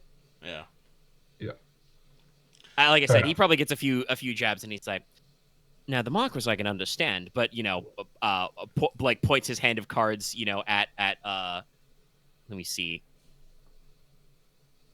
Yeah, Inos got an 8, Konrad got an 8, and then Logesh got a 7. So like you guys, are taking home decent amounts of points. He points his cards at all of you and says, "But where did you learn to play cards?" And we just point over at Inos or not Inos. Point at me because it'd be either Quattrum or this. Oh no, Inos just says, "Do you know how much time I've spent with sailors with nothing better to do? I'm beginning to see why they liked having me at their tables." I mean, I just kept getting this card every draw. I held up the Pharaoh's card. Yeah. It's like, just be glad we're not playing with sailors, would we all be having to check each other with fake cards. Your dice are loaded. No. All our dice are loaded. Nothing but Quattrum can. Why are we rolling dice again? No, it's. I mean, I think the prince would probably say, if it's sailors you like, then we could probably try a round of Marin's dice, but I don't think I have any on me. Kefis, kind of shakes his head and says, no, sadly, any knucklebones owned in the family are used for other purposes. Sadly, I left my set at home. Well, it's a gentleman's game. That's all right. Maybe in the next coming days in Pont-de-Lance, we can have a good old-fashioned game of footy. That I'm quite certain I can defeat Inos at. Is footy football? Yeah. Yes. All right, fair enough. I want Inos to say something snarky here, but I can't think of the quite proper way here. You're not tricking me into playing goalkeeper again. Come on, it's so fun. You can use your hands. Well, it's either that or going to be the goalpost. You go. Well, actually, no. No, I can kick. I can play the game. I just can't goaltend. I can literally do anything else. You've got one hand. You got a face. Well, anyone can use their head. I think you want to use your forehead more so than. I was like, yes, let's be better than the non-athletic one. Yes. Well, it's kind of a split here, honestly, when it comes to. I think Nicola is honestly more athletic than Leslok. I'm not even gonna lie. Let's see. I'm gonna. Inos' body too, no athletic, so. Same. I don't have athletics, but I do have body 2 vigor 3. Vigor is not gonna help you fucking play a sport. That's it. No, endurance is endurance run. I have endurance and run. Yeah. I have stuff for like going to walking around in like bad weather. And, sprinting and stuff. But yeah, no, like vigor would only come up after you got like a sports injury. Would you be rolling vigor? I can also do. I have a lot of coordination stuff that might help. No, it would be body plus athletics. Oh, okay. Unless you have fucking expert athlete or something. No. I mean, no, you would just do body athletics. Yeah, but no, I think like we're just gonna we're gonna banter, play cards, and then we'll retire for the night. I think that's fair. The prince probably does. He's light in the mood. You're in private. I think the only people here are like the young men. Like all the military types are away. So like he feels the opportunity to relax. He probably makes a couple jokes about how he's glad you're betting secrets instead of money. Same with me. Well, honestly, Inos would probably say, well, in his opinions, I think secrets are a bit more valuable. I don't think any of us are necessarily hurting for money. That's very true. Yeah, it's true. Yeah, at the point for the money we'd want is more than anything really surmountably easy to get.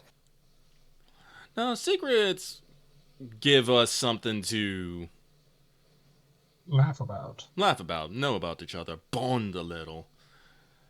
Gods, I Well, don't know. then I should, since I lost that last hand, let you know, and don't let Agave use it against me. But I was once stung in the face by a hornet in Highbower. She won't let me forget about it. I insist it is simply the nature of hornets. Did you try to insult it, or did it just not like you? Well, no, They're ornery. no, they're ornery, and they wish to never. They don't want to pay taxes, so they take any. Hornets are inherently evil. They were in I my do mother's agree. garden, and I protested with a stick. There was a certain young lady who said I would not possibly be brave enough to poke a hornet's nest. Well, she showed me, but that's okay. I still believe hornets are smart. Did she at least follow up and poke the hornet's nest herself? No. Several of the gardeners had to be summoned after the first incident. I see. I'm Wait, still I'm curious. I'm curious. Was the young lady Agave Cheval? I'm pretty sure the young lady was Agave Yes, Cheval. yeah. Okay. Yeah. No, It's just- it's like if you're asking like questions about like time frame, like they're both right around the same age and their parents are close, so like the prince and Agave have basically known each other their whole life. I'm trying to think. Would Enos ask about if he has any romantic interest? No, Enos would. Enos. No. Enos has. How much did your face puff up? He probably makes an appropriate gesture. Ah, okay. Well, actually, no. Enos won't ask publicly. He'll ask later. Though. Yeah. I'm Also, just there's no way picturing- you haven't already asked him about that. Just picturing the fucking crown prince doing like the fern, like puff up cheeks face. Just.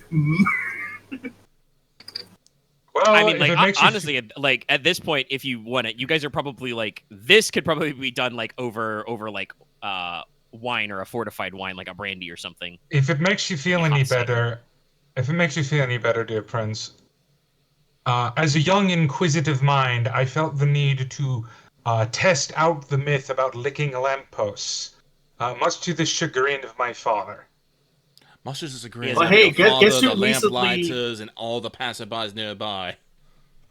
Omega, guess who recently at the shops bought some pretty decent liquor? But Oh, nice. As in, like, yeah, we went to the markets and I bought liquor. Booze. Ilias, if I was to petition the hornet to make hornets actually officially finally become a lesser form of monstrum, would you support me? He chuckles and he says, "Oh, I agree. I think we'd never get it past the pontiff, though." Wait, that was you, Nicola? Yes. Okay, I was not because some boy was used as an example not to lick them, and I didn't know it was you though. Yes. Unfortunately, I heard about the myth, and I believed it couldn't possibly be true. And well enough.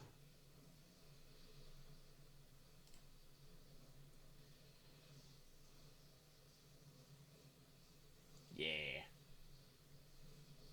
A child in distress. Child in distress. Little did I know about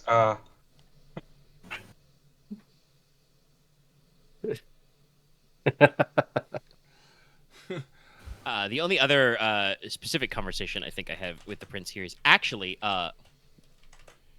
which I think take what you will from this subtext, but as both Kefis and Leslok carry pistols,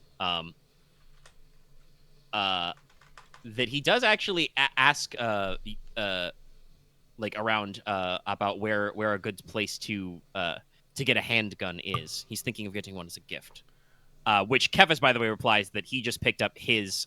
He's got like a 4-shot pepper box during one of his trips to Teine, since you have had him visit you on occasion before. Yeah. Do you need one readily? Because separately about the time. By the time I say the king and you will be visiting Teine, we could probably get you one. You'd be doing me a great favor. Something simple, but probably not a pepper box, but suitable for an officer, an equestrian, I should say. A shotgun. how much do I want The to blunderbusses are later when you guys go duck hunting. How much do I want to embarrass Leslok? Personally, I recommend the over/under 2 shots. Because I have but a still funny. accurate. So I had a funny idea of an embarrassing story. Wait. It only happened a couple of days ago. What? Remember when I brought up that Kefis might be a spy? Oh You God, don't have to forcefully share your embarrassing stories. You do know this, right? Yeah, but I seem to lack more. I seem to lack as much shame as the rest of you. Yes, this much has been evident. We noticed. I guess it's. I don't actually say that one out loud. I'll be nice. No, I mean, no. You should say it, because that would be, everybody would dogpile on you for it. I mean, it'd be funny because I had to think really hard about how to put this words. It felt like I was gonna make a joke about how fruity he is, or not, but I don't think he is. So. Not quite an embarrassing story, but I do remember apparently when I was younger, I was so excited about seeing good old little Leslok and Konrad, I called them my little brothers. I mean, Kid me didn't know any better. I don't know if that's embarrassing. That's just cute and. There's no disrespect in that. It's just adorable.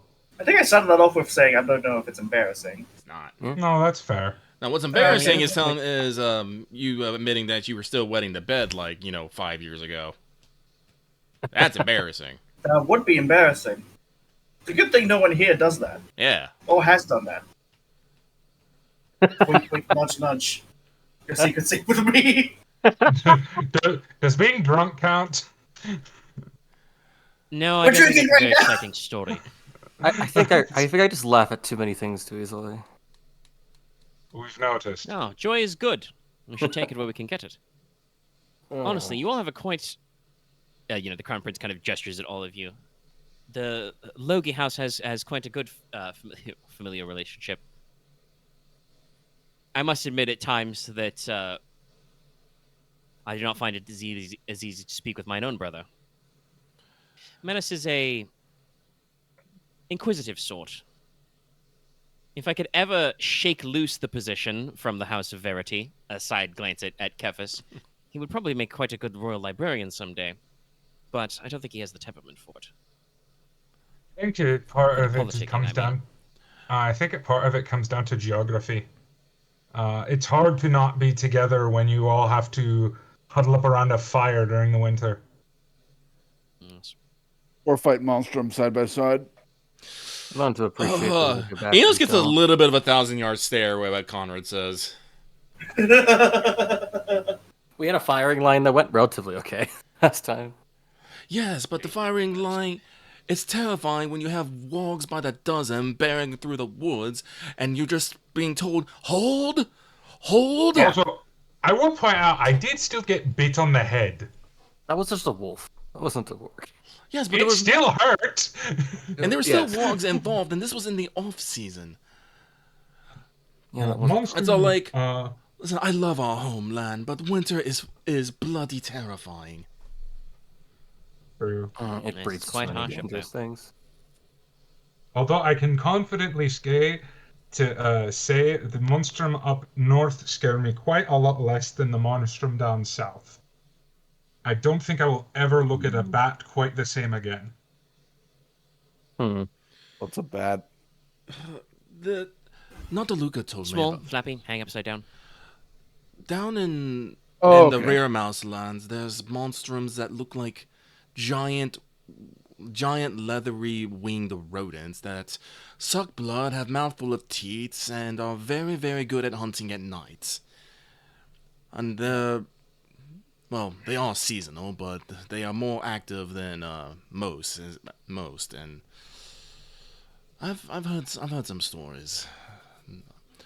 How's So, No, and further south is not much better. I've actually, the Crown Prince talking. I've actually been with Uncle talking about Lord Espada in this case. In the fields when they hunt saber cats. Those are also seasonal, usually in spring and summer. When House Espada knows that there's a cat in the fields, they'll usually set fire to the field if they can afford it, rather than going after them. Oh wow. Is it true that their teeth are like as big as big as knives? Yeah, the prince will like hold up and like gesture, like wear on his forearm about as big as it is. It's probably like, about as big as his hand from like heel to middle finger tip. Ugh. Oh no, they're quite large. I imagine they would be Usually quite large. these days that the best way to hunt them is crossbow, powder and shot. Yeah, But as I I said, they imagine, are like tigers. I imagine flushing them out or killing them in the field by setting it on fire. The cost to a possible loss of life is worth it in that case because fighting against something like that with teeth like that. Yeesh. But we should all be happy. None of us live in the Islas.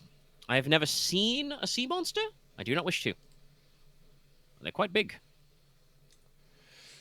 The only danger of the sea I've seen is someone we know. Because I wouldn't want to get on her bad side. The only time I ever wanted to see a sea monster is when I had to deal with a pirate. Yes, quite a concern, that one. We are But- going to have to deal with some sea devils eventually. Heard about those. Nasty. But Like every time you say that, they're only I get about as lucid big dreams. as a man. Was that Leslok? I didn't hear you. Every time I say a sea devil, I can only image Miss Essex holding her bite into the air in rage. you haven't seen a sea devil properly, then, have you? No, remember, cause you have to remember, coming to the Dragon Festival was the first time he's left the island in 3 years. Right, I forgot when I was doing my whole moping thing. No, bloody left me alone. You could not touch a sea devil with a bite, and things are huge. Oh no, you totally can. That just means they're really, really close, and that's really, really bad. Are you talking about a sea serpent? Well, Sea Devil's kind of Enos makes kind of an all-encompassing gesture. Freaky fish guy. Yeah. Yeah, but when he said like they were huge, I think he's talking about a sea serpent, then not. That's Devil. part of it, but even a sea devil is still quite large. I mean, it wouldn't be a monster Are if they? it was small. No, they're about man sized. Yeah, I'm about to say they're man-sized. I don't know if They're they're... probably just brawny. They're kind of brawny. It's like... They're the sea devils as described by House Essex are very Sahagan adjacent. It's a hog. I think of the fucking Scarlet Devil from the Sahagan questline. Big guy. Actually, can I... I also love that we've done the fucking summer camp thing. The boys' cabin has turned to talking about spooky stories. It happened I mean, naturally. we're just chatting. Yeah. Just I will yapping. I will state that when some of the other monstrum that are out there, Konrad definitely like he gets that look in the eye whenever monsters are talked about. Like when he says he wants to fight them, and gives one look over at Inos and then doesn't say anything. Yeah, no. What the girls are doing. Yes, your house is quite adept in monster hunting. It is a skill that I hope we do not need, but we may want to call on for Yeah. many I strange exotic things in the corners of Troikoron. it comes down to unfortunately the one thing I can say about wargs is unlike a lot of monstrum, they are not as what's the best way to put it, territorially picky. They roam much more, so it's hard to ever pin them down into one area. So the people need to be vigilant, and in turn, we need to be vigilant. I suspect that my ancestors, it was much the same with the dragons, being flying and the like. Most definitely. He nods. Crown Prince nods over to Enos. You examined some of the watchtowers we passed today, right? Yes. I'm fairly certain some along the route are still scorched by dragonfire. Yes, there's just black splotches just cover up some of the entire sides. That's like very interesting. Very interesting. I'm no student of architecture, but I'm assuming that's probably why they were all built of completely out of stone. Looks like the newer watch towers made mostly out of wood. Yes, most buildings in Crown that are old are either stonework or earthenworks. You may have seen some examples in the courtyard back at Weirwind. I've talked about it before. They're like earth, like actual like earth shelters built of like hollowed out and built up earth, or they do the sod roof technique. You just put soil and grass on top as your top layer. More modern constructions can be incorporate more wood, as risk of dragonfire hasn't been for hundreds of years. But we still like to keep things out there. You'll probably see a decent amount of fired red bricks along our way. If you want to talk about architecture, he kind of makes a sweeping gesture.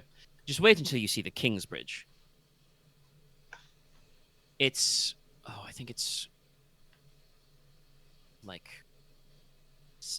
probably like 4 or 5 towers across. The High King had it built as a sign of respect between the houses of Crown and Cheval. Leased it back to them, and it crosses one of the flattest but broadest parts of the Heron Surge. You'll see it tomorrow. It's quite impressive. Sounds picturesque. Yes. Exciting. To work on my sketching. The Crown Prince holds up. He's got a little diary and sketchbook, and he's been taking a couple notes. I would have preferred to go on this event with, as I said, find out whatever Menace is doing and bring Estelle along as well, but obviously she's away on other business. I'm not quite the sketch artist she is, but I think I mentioned this before when it came up in the art contest. Yeah. But Princess Estelle has student of art 5. She's very good. No, Enos is definitely chuckling about that, since he modeled for the contest. Yes. You're the prettiest man we know.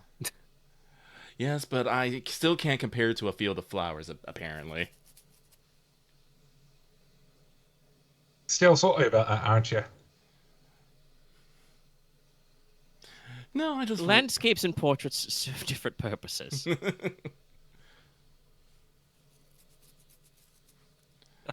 Now, cartography. That I'm very good at. You would not believe the amount of map-making tests I had to undergo to study to become the Lord Cursor. Well, I would assume so. It's bloody hard to get the mail where it needs to be if you don't know where it needs to go. I imagine. Sadly, my artistic skills are limited into diagrams of the human body and nothing else. Well, you've studied at the Royal Society, so that's to be expected. Yes. Pardon my rudeness, but you read all the mail, don't you? He kind of laughs. Personally, no. No, that's not the purpose of the office. And strictly speaking, even in confidence, I would not say I do not believe many of the couriers actually physically read your mail.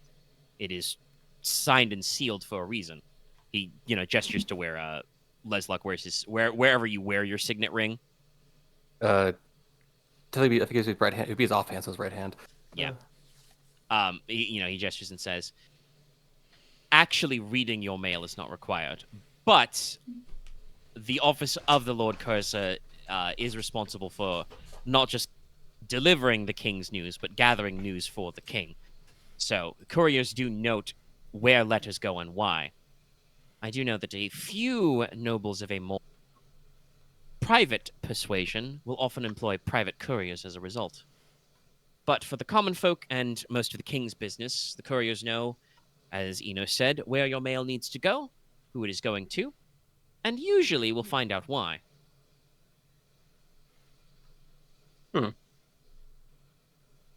Imagine he does kind of like after taking a sip of his drink, does say, I have been educated in a couple of techniques for one how can unseal and reseal letters, but as I said, I think that was mostly just how to know if your letter has been unsealed, and it's supposed to be a practical lesson.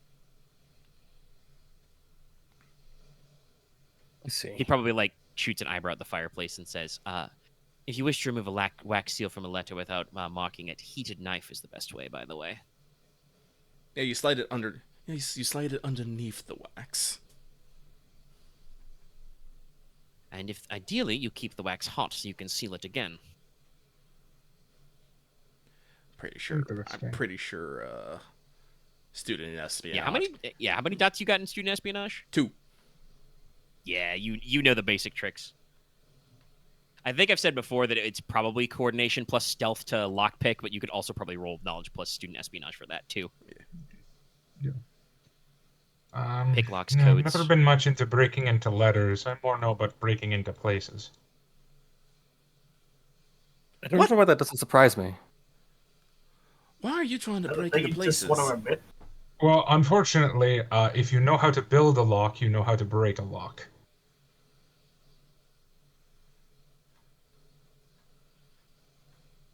You know what? Not getting involved in that. Yes, no, I'm just gonna drink and move on.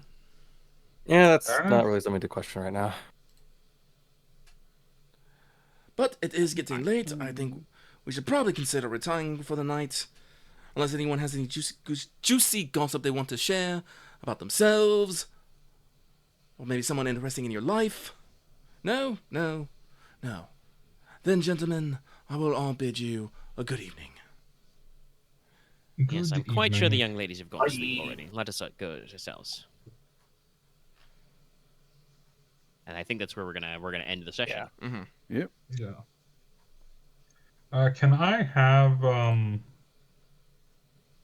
Ariadne stand outside the hotel guard? Yeah, you can have it stand outside your door.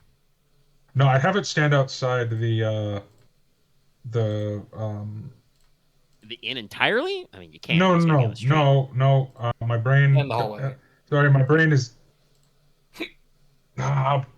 Lester's room. The ladies' ladies' suite. Sure. Yeah, I care more about their safety than my own. I mean, Plus, there are I'm pretty technically sure- 2 people outside that door. Well, 1 person outside the door, 1 person. In the Yeah, door. they have to get by us more, which, boy howdy. Oh, that's fair. Yeah, no, they As have previous, Moira. yes. Forgot about that. Yeah. And then if they get Moira's just in, camping in the hallway. And then if they get in, they have to deal with, Akabe Chavon, Rosenrot. Rosenrot. Rosenrot. Well, also, yes, Rosenrot Logi is there, yes, whose job it is, so. Also, I mean, quite frankly, everyone in the ladies' column is, fairly well accomplished. Leslok has mentally been wondering if, they've been gossiping or they just it's been complete fucking silence in their room. Oh, there's definitely no way it's been silence. It's like it feels like there's I like mentally, I'm debating like is Well, Aurelia being like personable and spearheading, or is she gonna be like more like catty? I guess. I'm just having the dumb thing of like really asking. So, what do you see in my brother? I think that's a little too direct for Aurelia. Fair. Yeah, no, unfortunately, Aurelia can be a little shit, but she's not necessarily anti-authority, so hanging out with kind of scary people, she's probably not trying to go out of her way. Like I said, Narissa Pedroy, Feth Pentas, Rosenrot, going to be captain of the fucking, and the Chevalier, and also Agave Cheval, also a little scary. Nah, especially with Mora not being in the room directly. Like, I imagine if she was challenged, Aurelia would snap back because that's her nature. Yeah. But like I said, she's not going to go out of her way to be like catty. The main thing that's going to happen is everyone in that room is going to realize that none of the principal young ladies want to talk about like young lady like things.